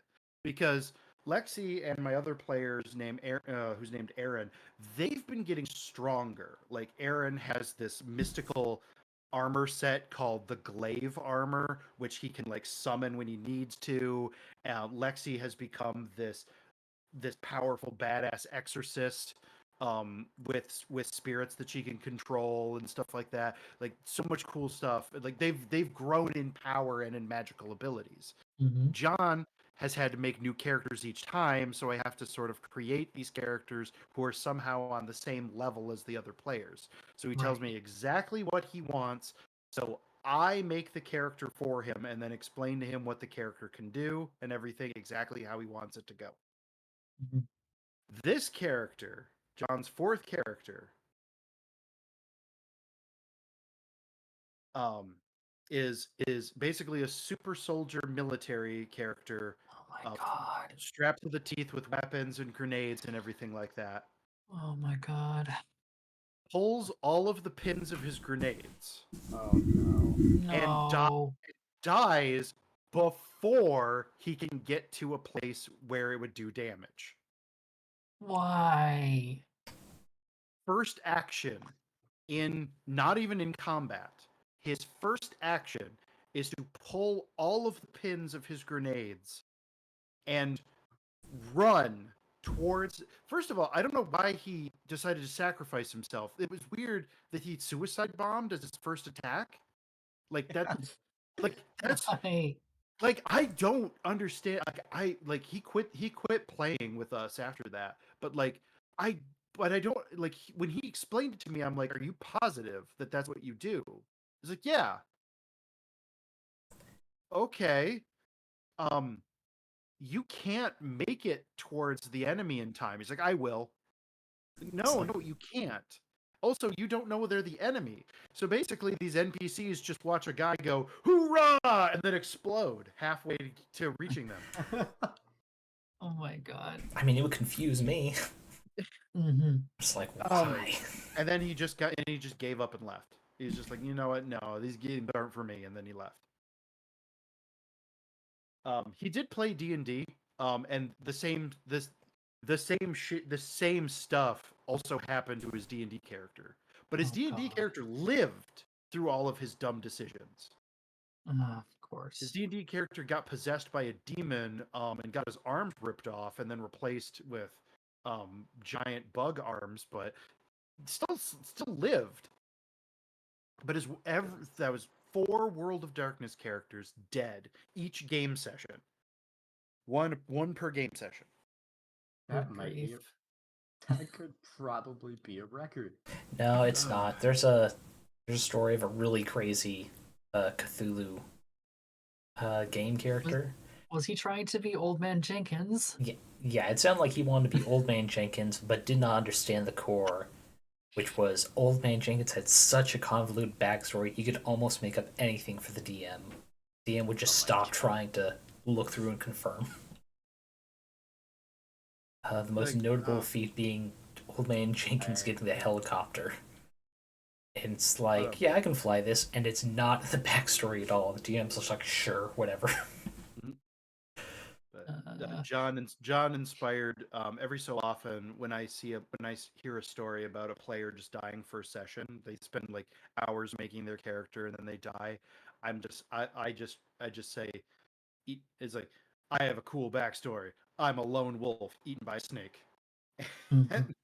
Yep. I've And killed then 30 people at once before, destroyed by his own landmine. Mhm. I I- don't Become understand a super. badass. I still to this day do not understand um military trained super soldier pulls all of the pins of his grenades, runs towards a group of people he doesn't know are bad, and then explodes before reaching the halfway point of getting to them. Mm-hmm. But till this day, I have no idea what was going on in his brain. It's I have no idea what happened. Like He just couldn't genre switch. like It I seems like just we may never know. Mhm. I won't, because I am John went hardcore alt-right conspiracy anti-women. Uh, Oh lord. that doesn't surprise um, me, sadly. I This just guy sounds like he approached a Rubik's Cube with like a screwdriver. It's like, I can work it out in the end, then just breaks it. it was just it was weird, because our experiences with D&D weren't this. Like, his D&D character kept failing, but survived, and like it made for an interesting character and a backstory and stuff like that. But then World of Darkness was just sort of like, he just didn't seem to understand that his actions, like when he got arrested, he's like, "Why'd you arrest me?" It's like, "Because we live in the modern day, and if that actually happened in a city, you're lucky they didn't pull guns on you and just shoot you right there. Like, you have a bloody sword on your back, and you put two bodies in a tarp, and then you shot a little girl." Like, I mean, well, that happened later, but still, like, why? Wow. What world exists where this is okay? But I Is- thought I was the Punisher. Is it sad that I can? Is it sad that I can think of something in my roommate's current campaign that's going on that is similar to this? Because it's with a player that I played with semi regularly, who has done similar things in the past. Like, they're playing a Mage the Ascension game, and the guy made basically a cop wizard The who worst wants to kind. be able to who wants to be able to put spells into bullets. And it's like, that's not how the setting works. You don't put magic, you don't use magic offensively. You use it in the smallest ways possible. Otherwise, you accrue paradox. And if you accrue too much paradox, the technocracy is coming for your ass. Well, also, if you accrue too much paradox, creatures come out of there. Yeah. The reason why you get hunted down is because you could bring out creatures from the veil Mm-hmm. that creatures from the veil that no one, and Chronicles, and I've been catching up with Chronicles of Darkness, they have left that in. Mm-hmm. None of the other Oh, powers know what the creatures are. and another thing to keep in mind about where the setting and the character as well. This isn't just Mage the Ascension. This isn't just, oh, tries to play a blaster mage, he's gonna like rip open the veil or bring the technocracy down on us. No, no, no, no. He's playing a cop in a game set in Baltimore. That People don't like, it's tone just a deaf. thing. No one likes the police force there. They're literally super corrupt. You know, the People like the fire only department more than they like the cops there. the only good police department in World of Darkness is Precinct 13, Mm-hmm. because they're essentially a secret organization disguised as police officers. Mm-hmm. Those are the only people that are okay. It's like, when you're like, I'm going to be in World of Darkness game and I'm going to be a cop. I'm like, okay, No, so you're gonna die. you're monster food? Yeah, you're literally cannon fodder. Jeez, everyone hates you by default. Not only that, but he's done stuff like this before. But mostly it's stuff of like, I'm gonna play a character who sounds good on paper but doesn't work, or I'm going to fight with the DM constantly to make my ideas work. And if they don't, I'm going to be a little like, I'm going to be dejected and sad about it. Either that, or there's going to be plot things happening, but nope, my character is not here. They're not going to care. They're not going to do teamwork. Yeah, that Yeah, I know. Go ahead. Oh, this might be a little bit of a long tangent, but I know I had a player who very early into my Roll20 days, I don't know if I'll I'll keep up the trend of calling this individual John, but Mhm. Lucy, I don't know if you remember the Swashbuckler rogue at the very start of when you first started playing with me?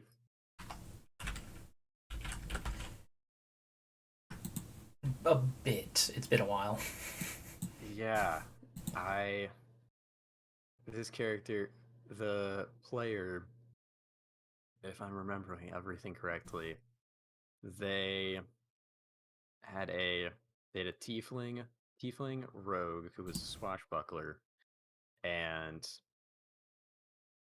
they were like, "Oh yeah, I used to work with like Fantasy Blackbeard and all this stuff, and now I'm like apparently going undercover." And I was like, "Okay, do you want to have them like trying to like check in with you, like see how things are going, like what's your relationship with them?" And it's like, "No, I've just completely left." And I'm like, I'm back. Okay, I can work with that, it's not that bad." And then the very first session, everybody had just arrived in this new town. We're asking around, and this person was like, "Nah, I'm just gonna go off and read my book." I was like, "Okay, everybody's going to have a conversation, and you're gonna read?" And they're like, Fine." So they came with, and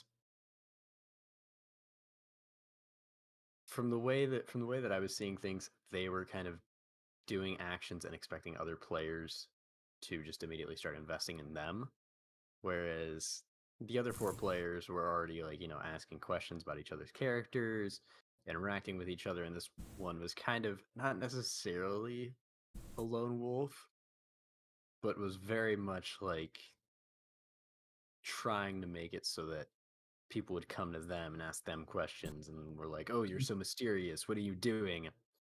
And at one point, um, a lot of the early plot was kind of just a little bit of exploring, getting used to areas, and being like, "Oh, well, two different cities had their own their own issues before the party eventually decided on going to kind of the capital."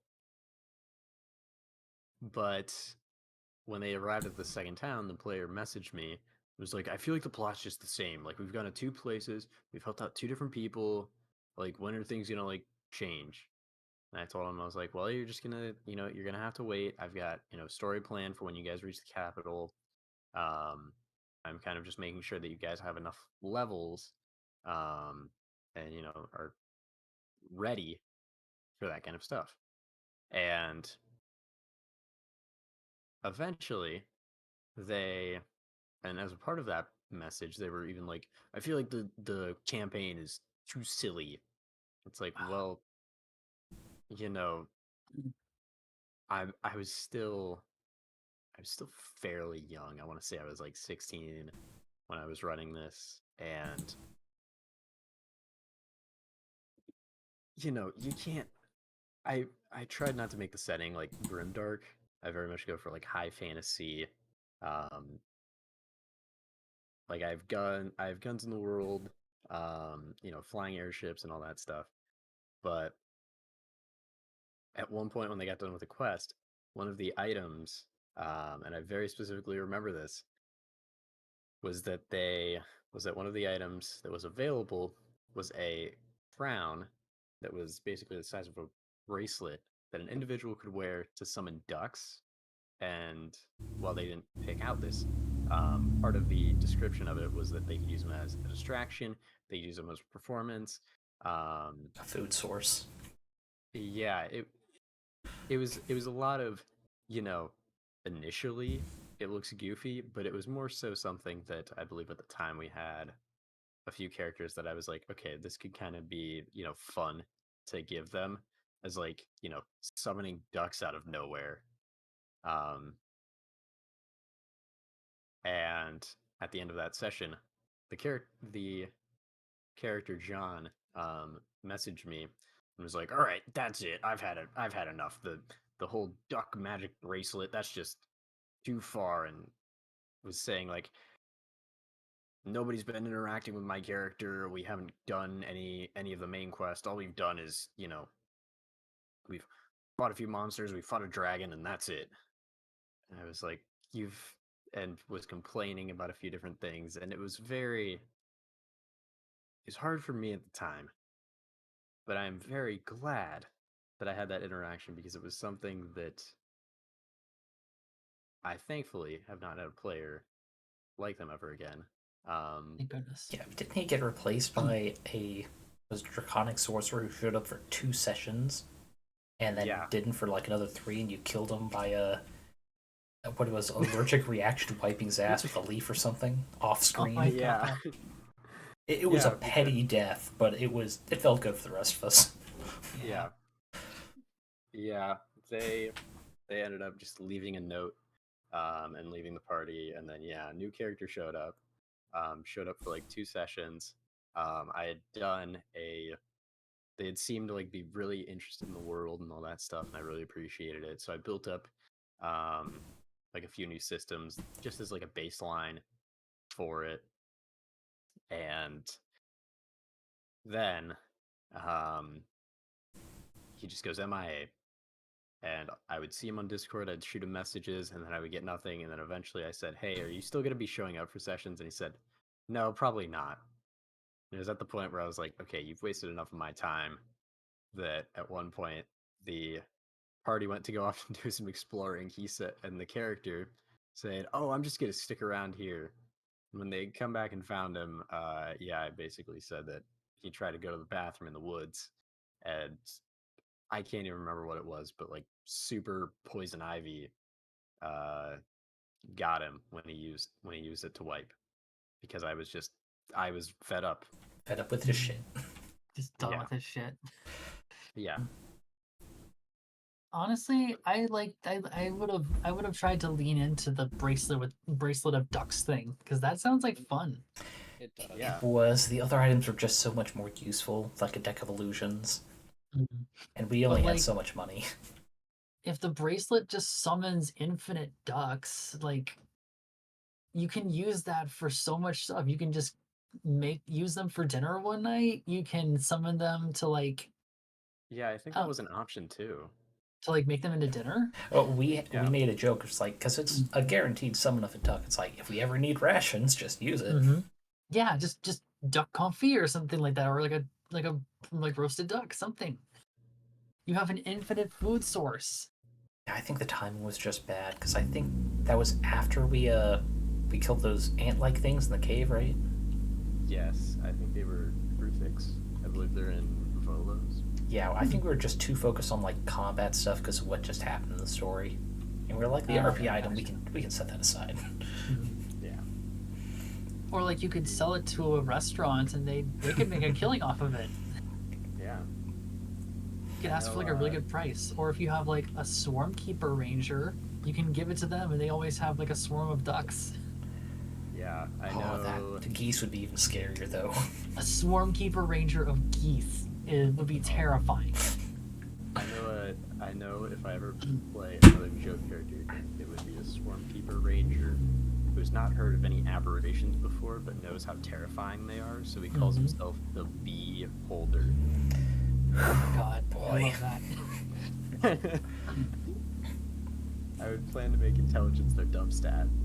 They're just like, I'm the Beholder. And they're like, oh shit, so like, probably like an aberrant mind sorcerer. No, this guy shows up with a bow and a fucking swarm of bees. Yes.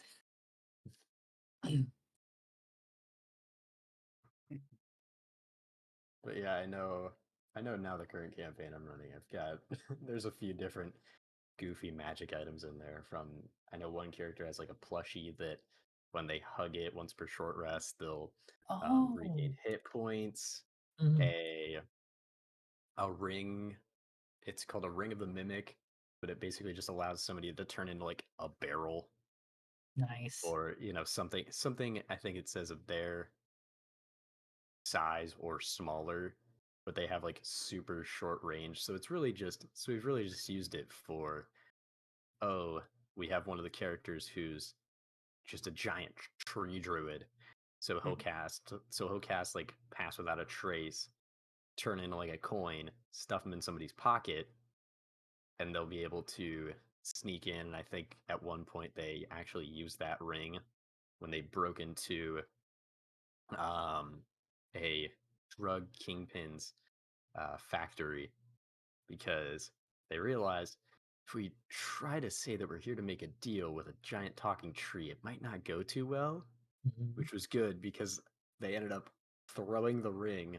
He came out of the ring, and I think he was able to. Can't remember if it was like entangle or web, but was able to stop him from running away. Nice. Yeah, I love. I'm not. Oh, I was just gonna say I'm not a big fan of the boring, +1s or flaming swords. I like the silly shit. Silly So long shit's as it makes fun. sense. I I love the silly shit, but I also love I also was a huge hater of the +1, +2, and like when they made it even more complicated when they were like, now you have a weapon, now you have a masterwork weapon, and now you have a weapon +1, but now you can have and you can now have an enchanted +1 or this +1. I'm like, no, just give me some interesting some stuff like for a while, and when I was doing D&D, I was just giving people artifacts. Like they could just they magically can get through any damage resistance, don't need all these fancy rules, and they all have way more interesting things that can happen for them. Yeah, I know. I know right now, Lucy's Paladin that they're playing, they haven't discovered a whole lot about it, but they currently have a book that each time that they have, and this might be a little bit of a spoiler for you, Lucy, but each time they open it, they've gotten a random effect to happen, which which is just a more so controlled version of a wild magic surge, Ooh. which knowing their character and the amount of chaos that they like to enjoy, I feel like fits perfectly. Yeah, the first one was pretty useful. It was a slightly early level up. Yeah, they got Nice. a because the first time it was more so that I wasn't that they asked about the book, how it was doing, and I said, you know what, you're basically already at level 3. Why not? So they got a level up like one or two sessions early, which in the long term didn't break anything. Very high bar to Because start, though. It's like, it can do that for me? yeah, which I think immediately grabbed your attention. But then it gave them I think the next skill check that they did automatically resulted in a nat 20, and then the next one, I think it just made them, I think it made them immune to like charms and frightens for a short bit. Yeah, I don't think it came up. Because it was like 6 seconds. Yeah. I think you made the comment of, it's expecting me to use it in combat? Who would do such a thing? I mean, it's the same character that Yakety saxed a couple guards, so probably me. Yes. But I'm very interested to see how you use it, both on your allies and potentially enemies, because that is something that you haven't begun to dig into yet. But mini spoiler for Lucy, I do like giving characters their own cool magic item. Very fair having a signature item. Oh yeah. I mean, especially it just adds something. It just adds something to your character. I know when I was playing the one character in Lucy's game who ended up switching classes a billion different times, I think I had a sword of sharpness, and then it got changed to like a crystal sword, and eventually he had he had crystal sword. Oh man, that came from the deck of many weapons.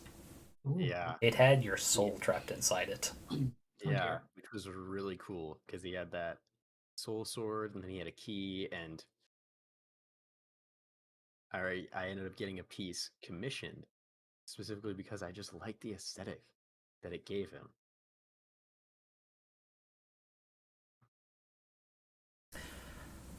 And I like carrying on those particular things. Makes it feel more personal. Yeah. Actually, that awoke a memory in my brain. Um, is it okay if I say a cool magic item story?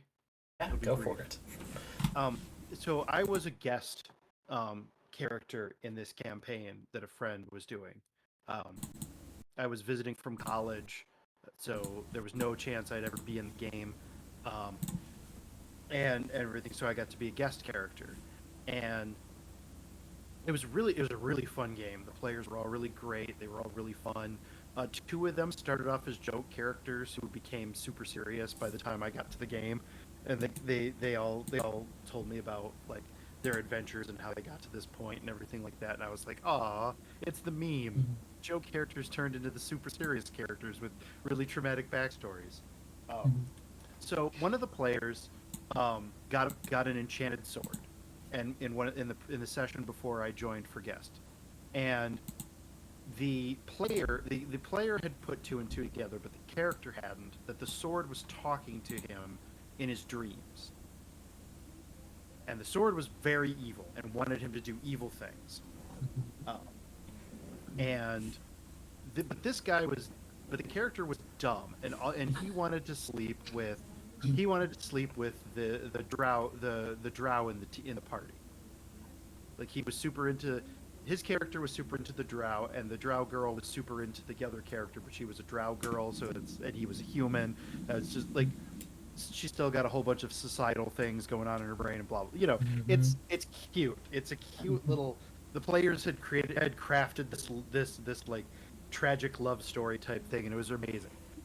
But the sword is trying to convince the guy that to do evil, and the sword is like, so there's this interaction where the sword is like, I can give you great power, and the guy's like, in his mind, he says, will this help me sleep with the drow girl? The sword's like, what? I think she's the most beautiful creature in the entire world, and I want her to be mine. Will you give me the power to sleep with her? Not in so many words. And the sword is like, yes. All you have to do is stab her with me, and she will be yours. Oh, that's evil. Oh, it's evil. Well, luckily the guy is dumb because he didn't put two and two together that the sword was talking to him, and he's like, I have to stab her with my brain? You mean I have to impress her with my smarts? And so I know someone who would make that exact same connection in one of my games. Kimbo energies. It's so funny. It was so great, and the sword is like, what? No, stab her with me, the sword. And but already the character's like, all right, I got to impress her with my knowledge, and so he's like, all right, GM, I'm gonna roll a bunch of knowledge checks, and we're depending on what I roll. Don't tell me what the goal is. I'm gonna try to impress so and so's character with my knowledge. So just tell me what I say when I tell you what these different numbers are. And he rolls terribly. So his character is saying misinformation, constantly being like, there's a cool thing with a frog that does a thing. You'd love it if you saw it and everything. And so he's just bumbling over his words, trying to impress upon her that he's really, really smart. And it works. She loves it. She's like, "Oh, it's so cute. He's trying to impress me with his feeble human brain." And meanwhile, the sword is going, "No, you idiot! Stab her! Stab her!" He's like, "Yeah, I'm trying. That's the plan." No, like stab her with me. It's like I'm using my brain swords. It was so funny, and I just got to see this whole thing. I'd love this idea of this exasperated evil sword just being like, "No, you idiot! Stab her with a sword. I am the voice in the sword. You're not a sword. You're my brain." It was so funny. Oh my god, that's perfect. eventually the two characters did. I wasn't there for that, but the two characters did get together. They ended up smashing the evil sword and everything like that. But it was so funny to watch that whole exchange happen, where he's just sort of like, "I will stab her with my brain knowledge." Yeah, with the brain sword. The brain sword. Brain sword. Sword of brains. I was just like, this is such a sweet little interaction. This complete good-hearted. Like he was the most. He was a barbarian. Oh, I remember. He was a barbarian, but he was like the most like heart of gold, sweetheart barbarian ever. And she was like a former like assassin type thing on the run, like this.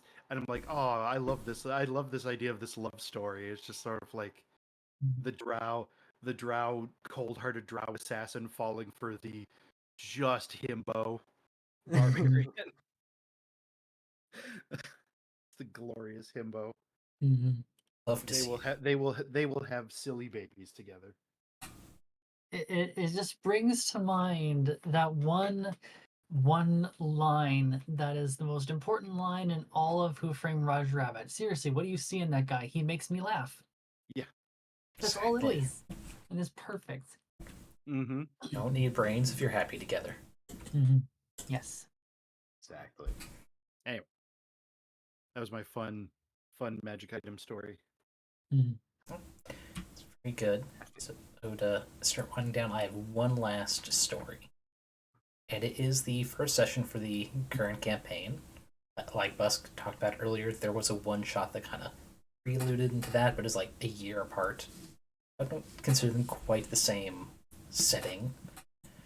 I did actually, I think I talked about this in the chat in Brakka's last D&D chatting campaign. We're doing Rise of the Rune Lords, but it's converted to 5e.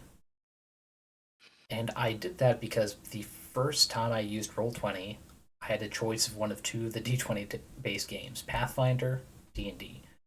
I tried playing Pathfinder, but groups just kept falling apart. But this setting stuck with me.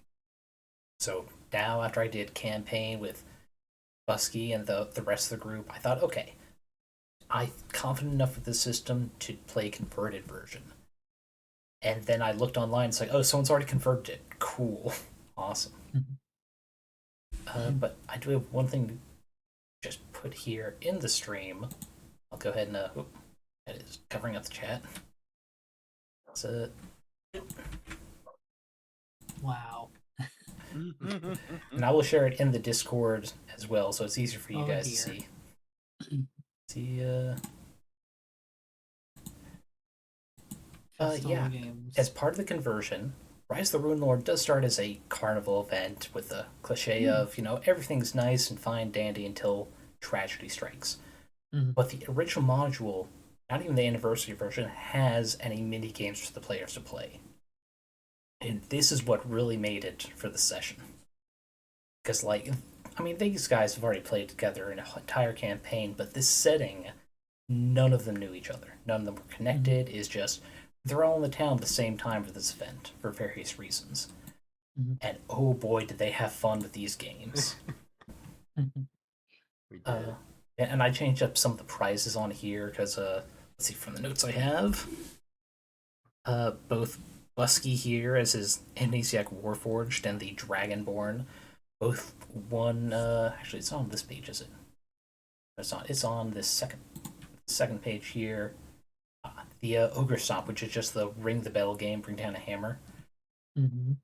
It started off with Buske here getting it, not quite breaking the bell, but getting this special little circumstance bonus. Just intimidating the people who were there that day. Wins a very special stuffed animal that, as a gift to anyone who's in the town and knows the importance of it, gets an extra +5 persuasion or whatever charisma check as part of handing that over. And then Derek's Dragonborn, who is almost a head taller than everyone, breaks the bell off. The funniest part of that being, right before the guy specifically says, it's like, come on, please don't put your full strength into this. It's like, it's going to take so long to fix it. And he tried his best to rein it in and still knocked the bell off. Uh, but they all connected so much easier than the first campaign because they kind of like stilted joining because Buske and Michael both replaced two shit players.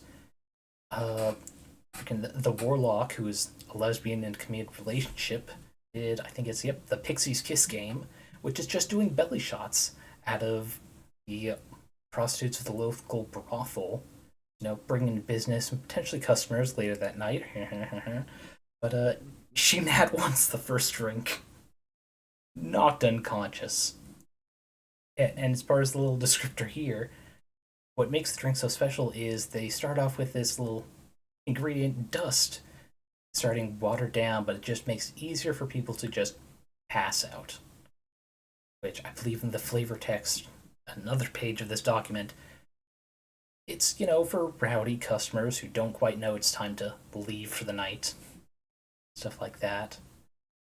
But it started the idea that this amnesiac who helped this girl who went down after one shot went in, like, strutting her stuff. It's like, I can handle this challenge.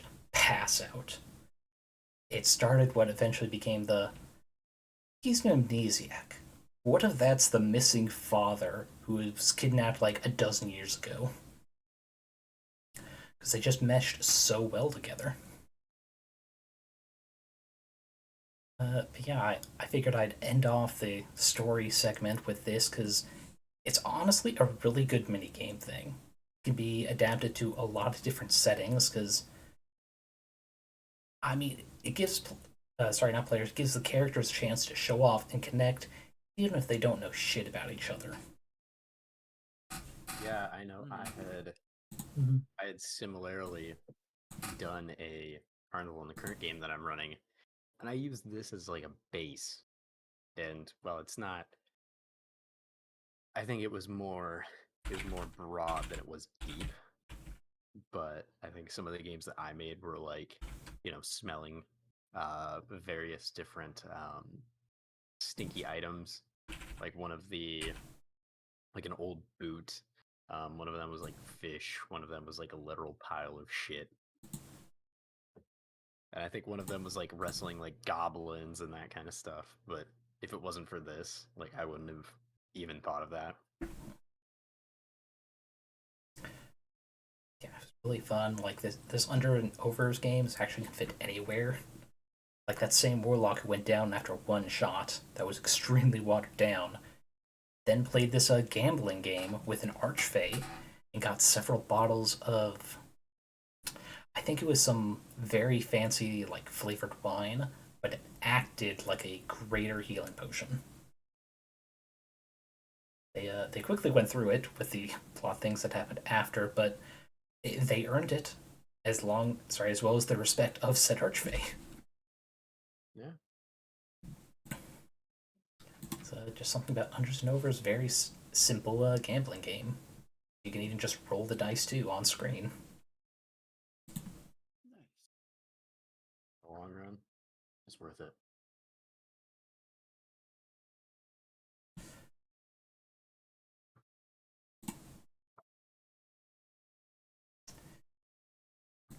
But yeah, that's all. I just wanted to talk about that because sometimes the cliches work for a first session. Get people together, comfortable, because the cliches worked for a reason. Oh, it's the tropes are tropes for a reason, like thing. Yeah. Which because I always get frustrated when people are like, "Oh, this is so tropey," and I'm like, "Yeah, everything is tropey. It's all about how you use it. Everything is dripping with tropes and things. Like, of course, it's tropey. Like, it wouldn't be good if it wasn't. Like because you can find those games and you can find those settings and things where they're trying so hard not to be full of tropes, and they end up being full of tropes, but it just feels like disjointed weirdness. Like, no, they're tropes for a reason. People keep falling back on these cliches and things because they work. Mm-hmm. Yeah. If people didn't Like, I'm enjoy sorry. them, they wouldn't become tropes. Yeah, exactly. Um, it's like, yeah, going into a dungeon, slaying a dragon to save a princess is trope and a cliche, but it works, and you can subvert that trope in so many amazing ways with other tropes. Oh, 100%. Like with a Log of the Warforged, the amnesia is a great trope in fantasy, especially because the DM gets to do what they like with it. It's all about how you use the trope that makes it fucking you're secretly the warlock's father who was kidnapped a decade ago, you know? Yeah, I know all I gave him was, I don't know my backstory. All I remember is waking up and I gave Lucy a map and I said, this is the path that they had taken. Here are some people that they meet. Anything else, that's up to you. Which, during it came to find out that even during the character's travels, what they had initially thought was them having a standoff with a gang and eventually, coming away. Turns out it was just basically a movie that they had seen and really enjoyed, just fucking with their memory, and none of it ever happened. Yep. His memory was a combination of little snippets from both people. Because he got, in a technological way, modified memory the shit out of. Like, he thought he left Japan and made his way down to Brazil. No, it was actually New Greece, Texas, the town I made up. But, he wasn't allowed to remember exactly where it came from, for good reason. Yep. I had fun making up that movie, too. Because I said it's just like a decently well-made student film, like in college level.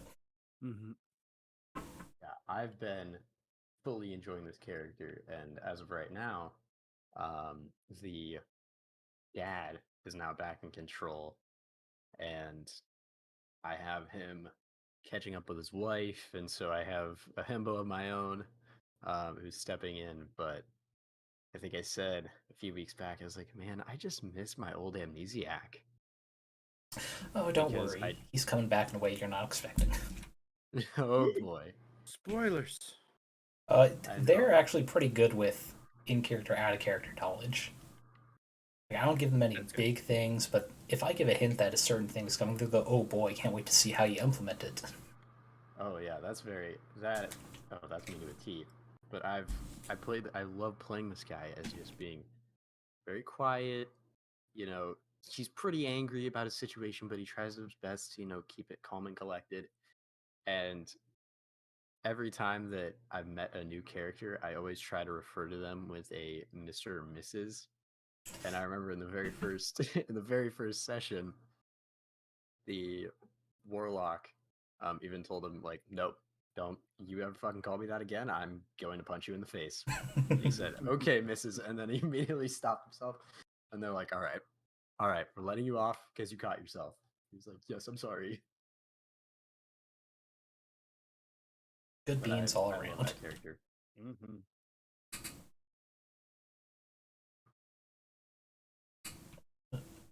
But yeah, any other good tropes you guys like to see in first sessions?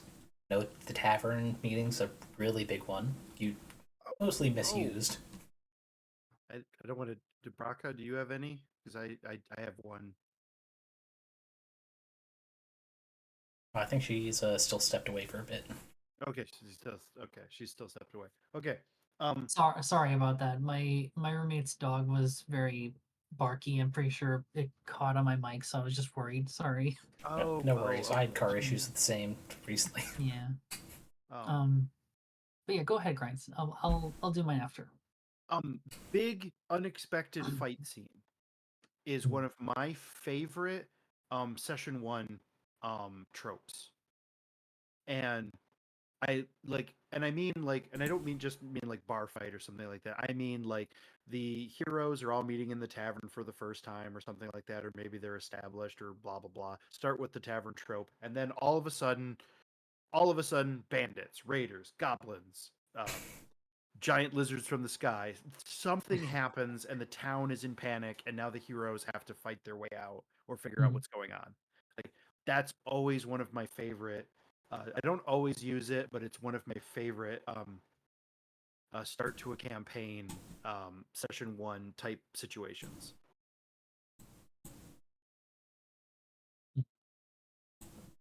That actually was gonna tie into what I was gonna say because I actually did that with the Ravnica game. They didn't meet at a bar. They weren't in a tavern. Everybody was like, I think it was two of them were at a two of them were at a open air cafe, and the other two were just doing their thing because one was a Boros legionnaire, so he's like a beat cop, and the other person was just also doing their thing just around. And then suddenly, suddenly, a little girl spills something on the cop, ducks into the crowd with like a very evil smirk, and then a few seconds later, the street explodes and there's a Crassus there, like drawn to the pheromones that the girl spilled on the cop. Ooh. Because this was a massive distraction to let the group that she was working with break Krenko out of jail. Nice. Yeah, that's a nice flip of the trope there. Yeah, it was fun. It was fun. Oh, sorry. I just got another brain thing, just like Oh, because you you're good. said that. When a first session that I was part of, um, had a similar situation. The basic Tarask attacked. Like it burst out of the ground, and just that was the whole issue we had to sort of deal with. Like we ran because you're not going to fight that giant kaiju monster, but we had everybody's having a good time. Everything seems to be going well. A mysterious person drops like a crystal on the ground and then walks away, and then all of a sudden, giant kaiju monster bursts from the ground. Mhm. It was so much fun. I was like, oh my gosh. I know continuing off of the like classic of you all meet in the tavern, I love when I can't I think I heard somebody have a story about this online where they had a DM that they had known for a while, and they'd heard like some crazy stories that they had done. And when they started their campaign, I think the person writing the story described it as it was the most stereotypical and tropey start to a D&D game ever.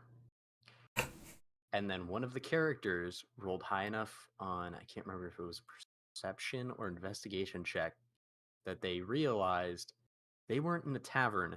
They were all being manipulated by mind flayers and having their brains like slowly melted down through a familiar thing. And their first session was them waking up out of this like Matrix-esque simulation and Ooh. breaking out of a mind flayer colony. And I was like, that's fucking sick. That's That's nice. I want to do that now. That's so cool. I like that. Yeah. Oh, that's awesome. I I just I love did that. I just love that sweeping under the rug. Yeah, I've done a similar use of a common trope with the "it was all a dream" thing in a session one. Mm-hmm. This was actually the one you missed out, Busk, because you joined later in the campaign. But yeah, the other two ladies were there, and it was just a premonition of what would become the final battle of the campaign. Just defending this castle from giant, eldritch, misshapen wolf beasts. But at the top of every round, the players had to roll a wisdom save to kind of figure out something was wrong. And it turned into is all a dream because is the god Morpheus, god of sleep, reaching out to them? It's like, hey, my half brother Death needs your help. That's what's going to happen to the world if this particular event does not occur. And the A team, the B team, even the Z team of heroes that would have triggered it aren't available. So if you could clean up this mess for us. I probably didn't do it as much justice as I'd like to think I did.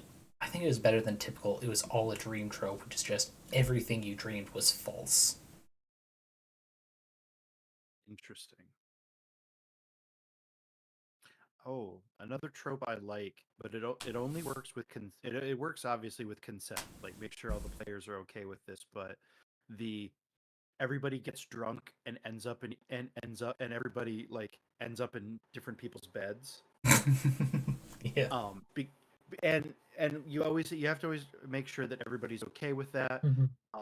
And I've been lucky enough to have enough parties where I had one group that they were so in on this idea that it became so integral to the plot of the game, of the secondary player plot, um, because it was really funny because this was a huge group of players.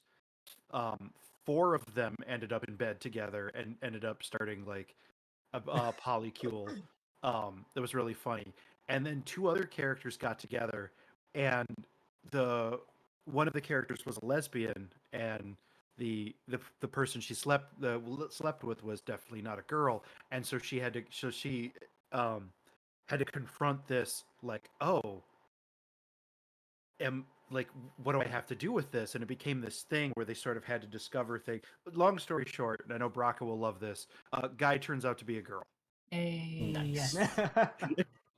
Long story short, it's not lesbian learns that she's straight. Nope, nope. Lesbian is lesbian. Guy learns that he's girl. Mhm. And Yes.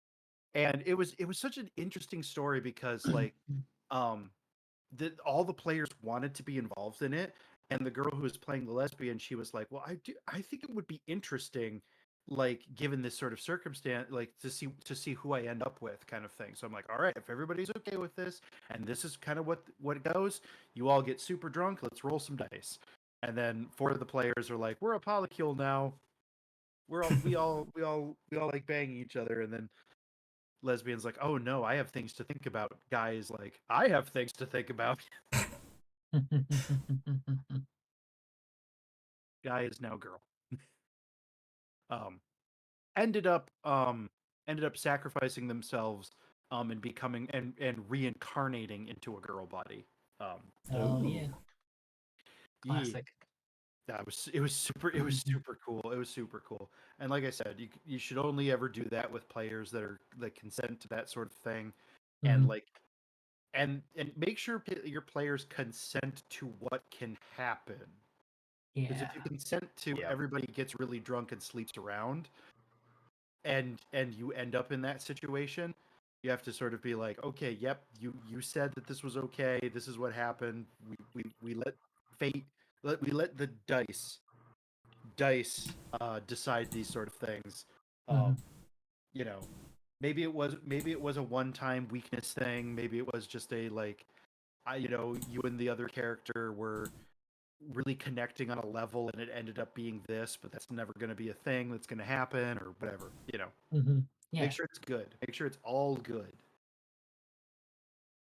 But I also love that trope too. When it's embraced by players, where it's just because like it's interesting to see party dynamics happen. Yeah. Oh yeah.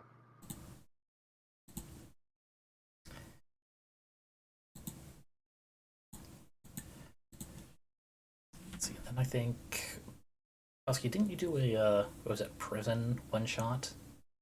Yes. And you did the one twist where we were all told we need to betray the others if we escape. Yes, which that, I will be honest, it was just foreshadowing Mhm. because nobody looked into it. It was the main antagonist just realizing, if I cause enough chaos and manipulate enough people, then it doesn't matter. Everyone will just die.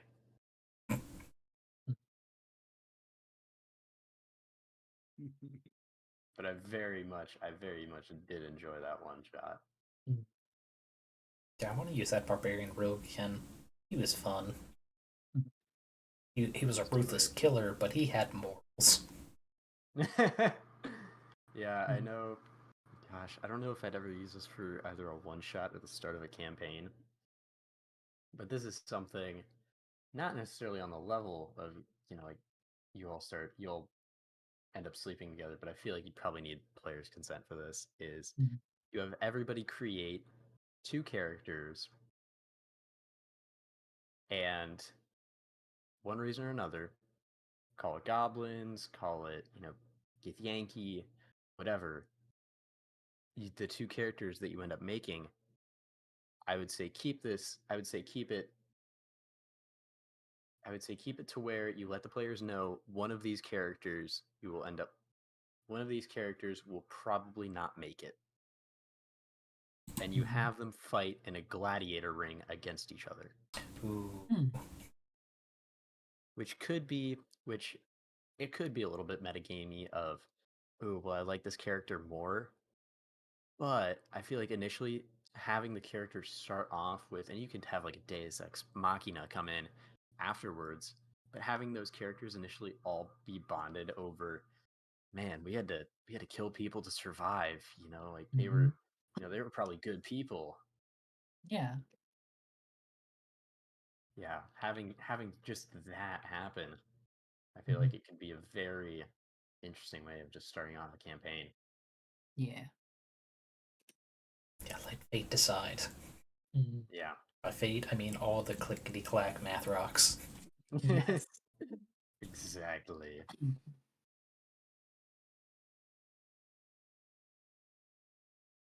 But yeah, it's been a blast collabing the three of you. Absolutely. Mm-hmm. Most definitely. So hopefully we can do more stuff like this. We'll see how my body reacts to the nervousness of doing a multi-person collab instead of just me and a That's friend. fair, yeah. Mm-hmm. Yeah, before we go, do the two of you have any upcoming thing? I know you've got a stream tomorrow, right, Grinds? I do. It's my birthday tomorrow. Ah, Yay! Happy birthday Happy to me. Yes, happy happy early birthday. birthday. Gonna be there. So I'm going to play. I'm playing Lego Fortnite. Ooh. That seems to be what the majority of people who have been interested in joining. But anybody can join and just hang out. You can even hang out in voice chat if you want. You do not have to play. You can just hang out and we can have fun. Mhm. Like Lego Fortnite is free, so if anybody's interested, it is free, 100% free. But I'm starting at 11 a.m. and I'm going till about 8 p.m. Eastern time. Or if I get tired, I'll collapse on the floor. Yeah, that's fair. But I'm gonna play that for my birthday and just hang out with people and just try to chill and be as calm as possible. Nice.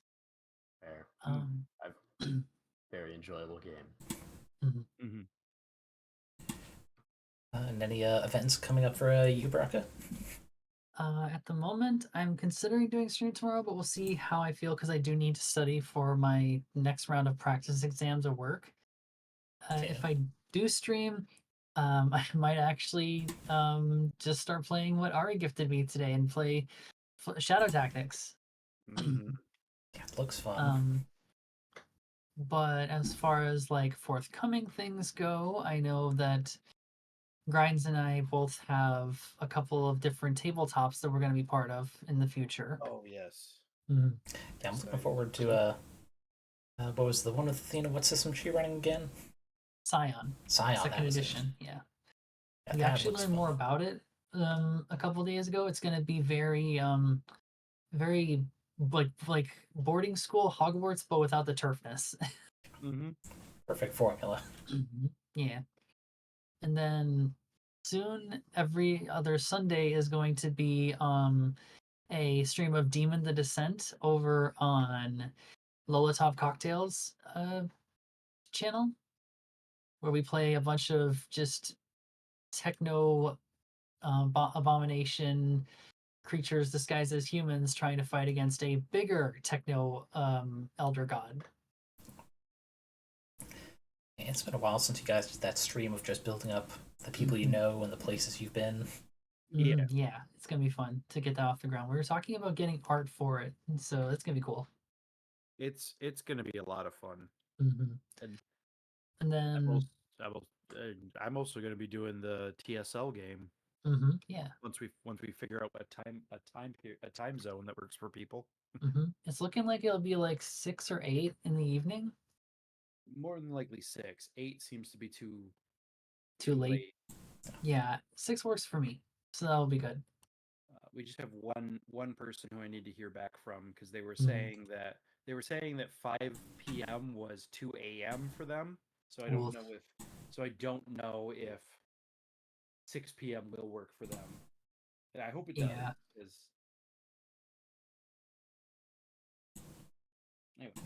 Yeah, that'll be good because that'll be right as I get off work, so I might actually be able to catch it, Nice. as opposed to your Cypher games, which were at the exact same time as my Mhm. Friday night games with Buske and that group. Yep. Mhm. And meanwhile, Buske, when are you gonna be ready for that Souls Lock game we were talking about with Infinite Fusion? Oh my goodness. That. Nudge, nudge, hint, hint. I know. I need to get my shit together, but I know. Gosh, it's probably gonna have to be a Saturday coming up because I know the following 2 Saturdays, um, I'm busy with school events, so I mean the 10th would probably be the earliest. But I know at some point I've been trying to get myself to, whether on your server or somewhere else, try and figure out, hosting like just a one shot, mostly just to just meet people, get other players and play styles under the belt. I always like seeing what cool shit people come up with. So that's something that I very much want to do sometime in the future. And by in the future, I mean a month, Mhm. month and a half most. I'm gonna hold myself to I'm gonna hold you to that too. that. Please do. But yeah, I'll do my best. yeah, thank you everyone for joining us today. I actually do have a raid in mind because they've only just barely started. Malynym's actually doing a tabletop RPG stream themselves. We'll be Ooh, getting in cool. just in time.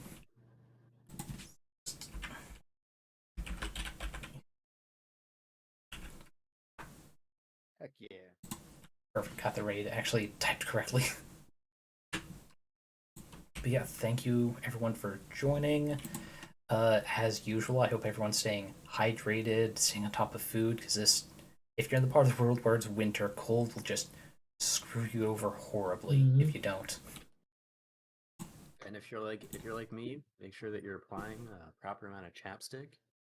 Having crusty lips Oof, is yeah. never fun. Yeah, chapstick, even like nose and ear tips, if you can't get those covered, it goes a long way to keeping the hydration in your body. Yep. But yeah, thank you. Hopefully, see you guys all again later in the future. But now, take care, and hopefully you'll be just as healthy next time. Yeah. Rating on out. All right. Bye, everybody. Thanks for being here. Yeah, it was great properly meeting you guys. Yeah, that was awesome. Yeah. That was a lot of fun. Mhm. Yep. Yeah.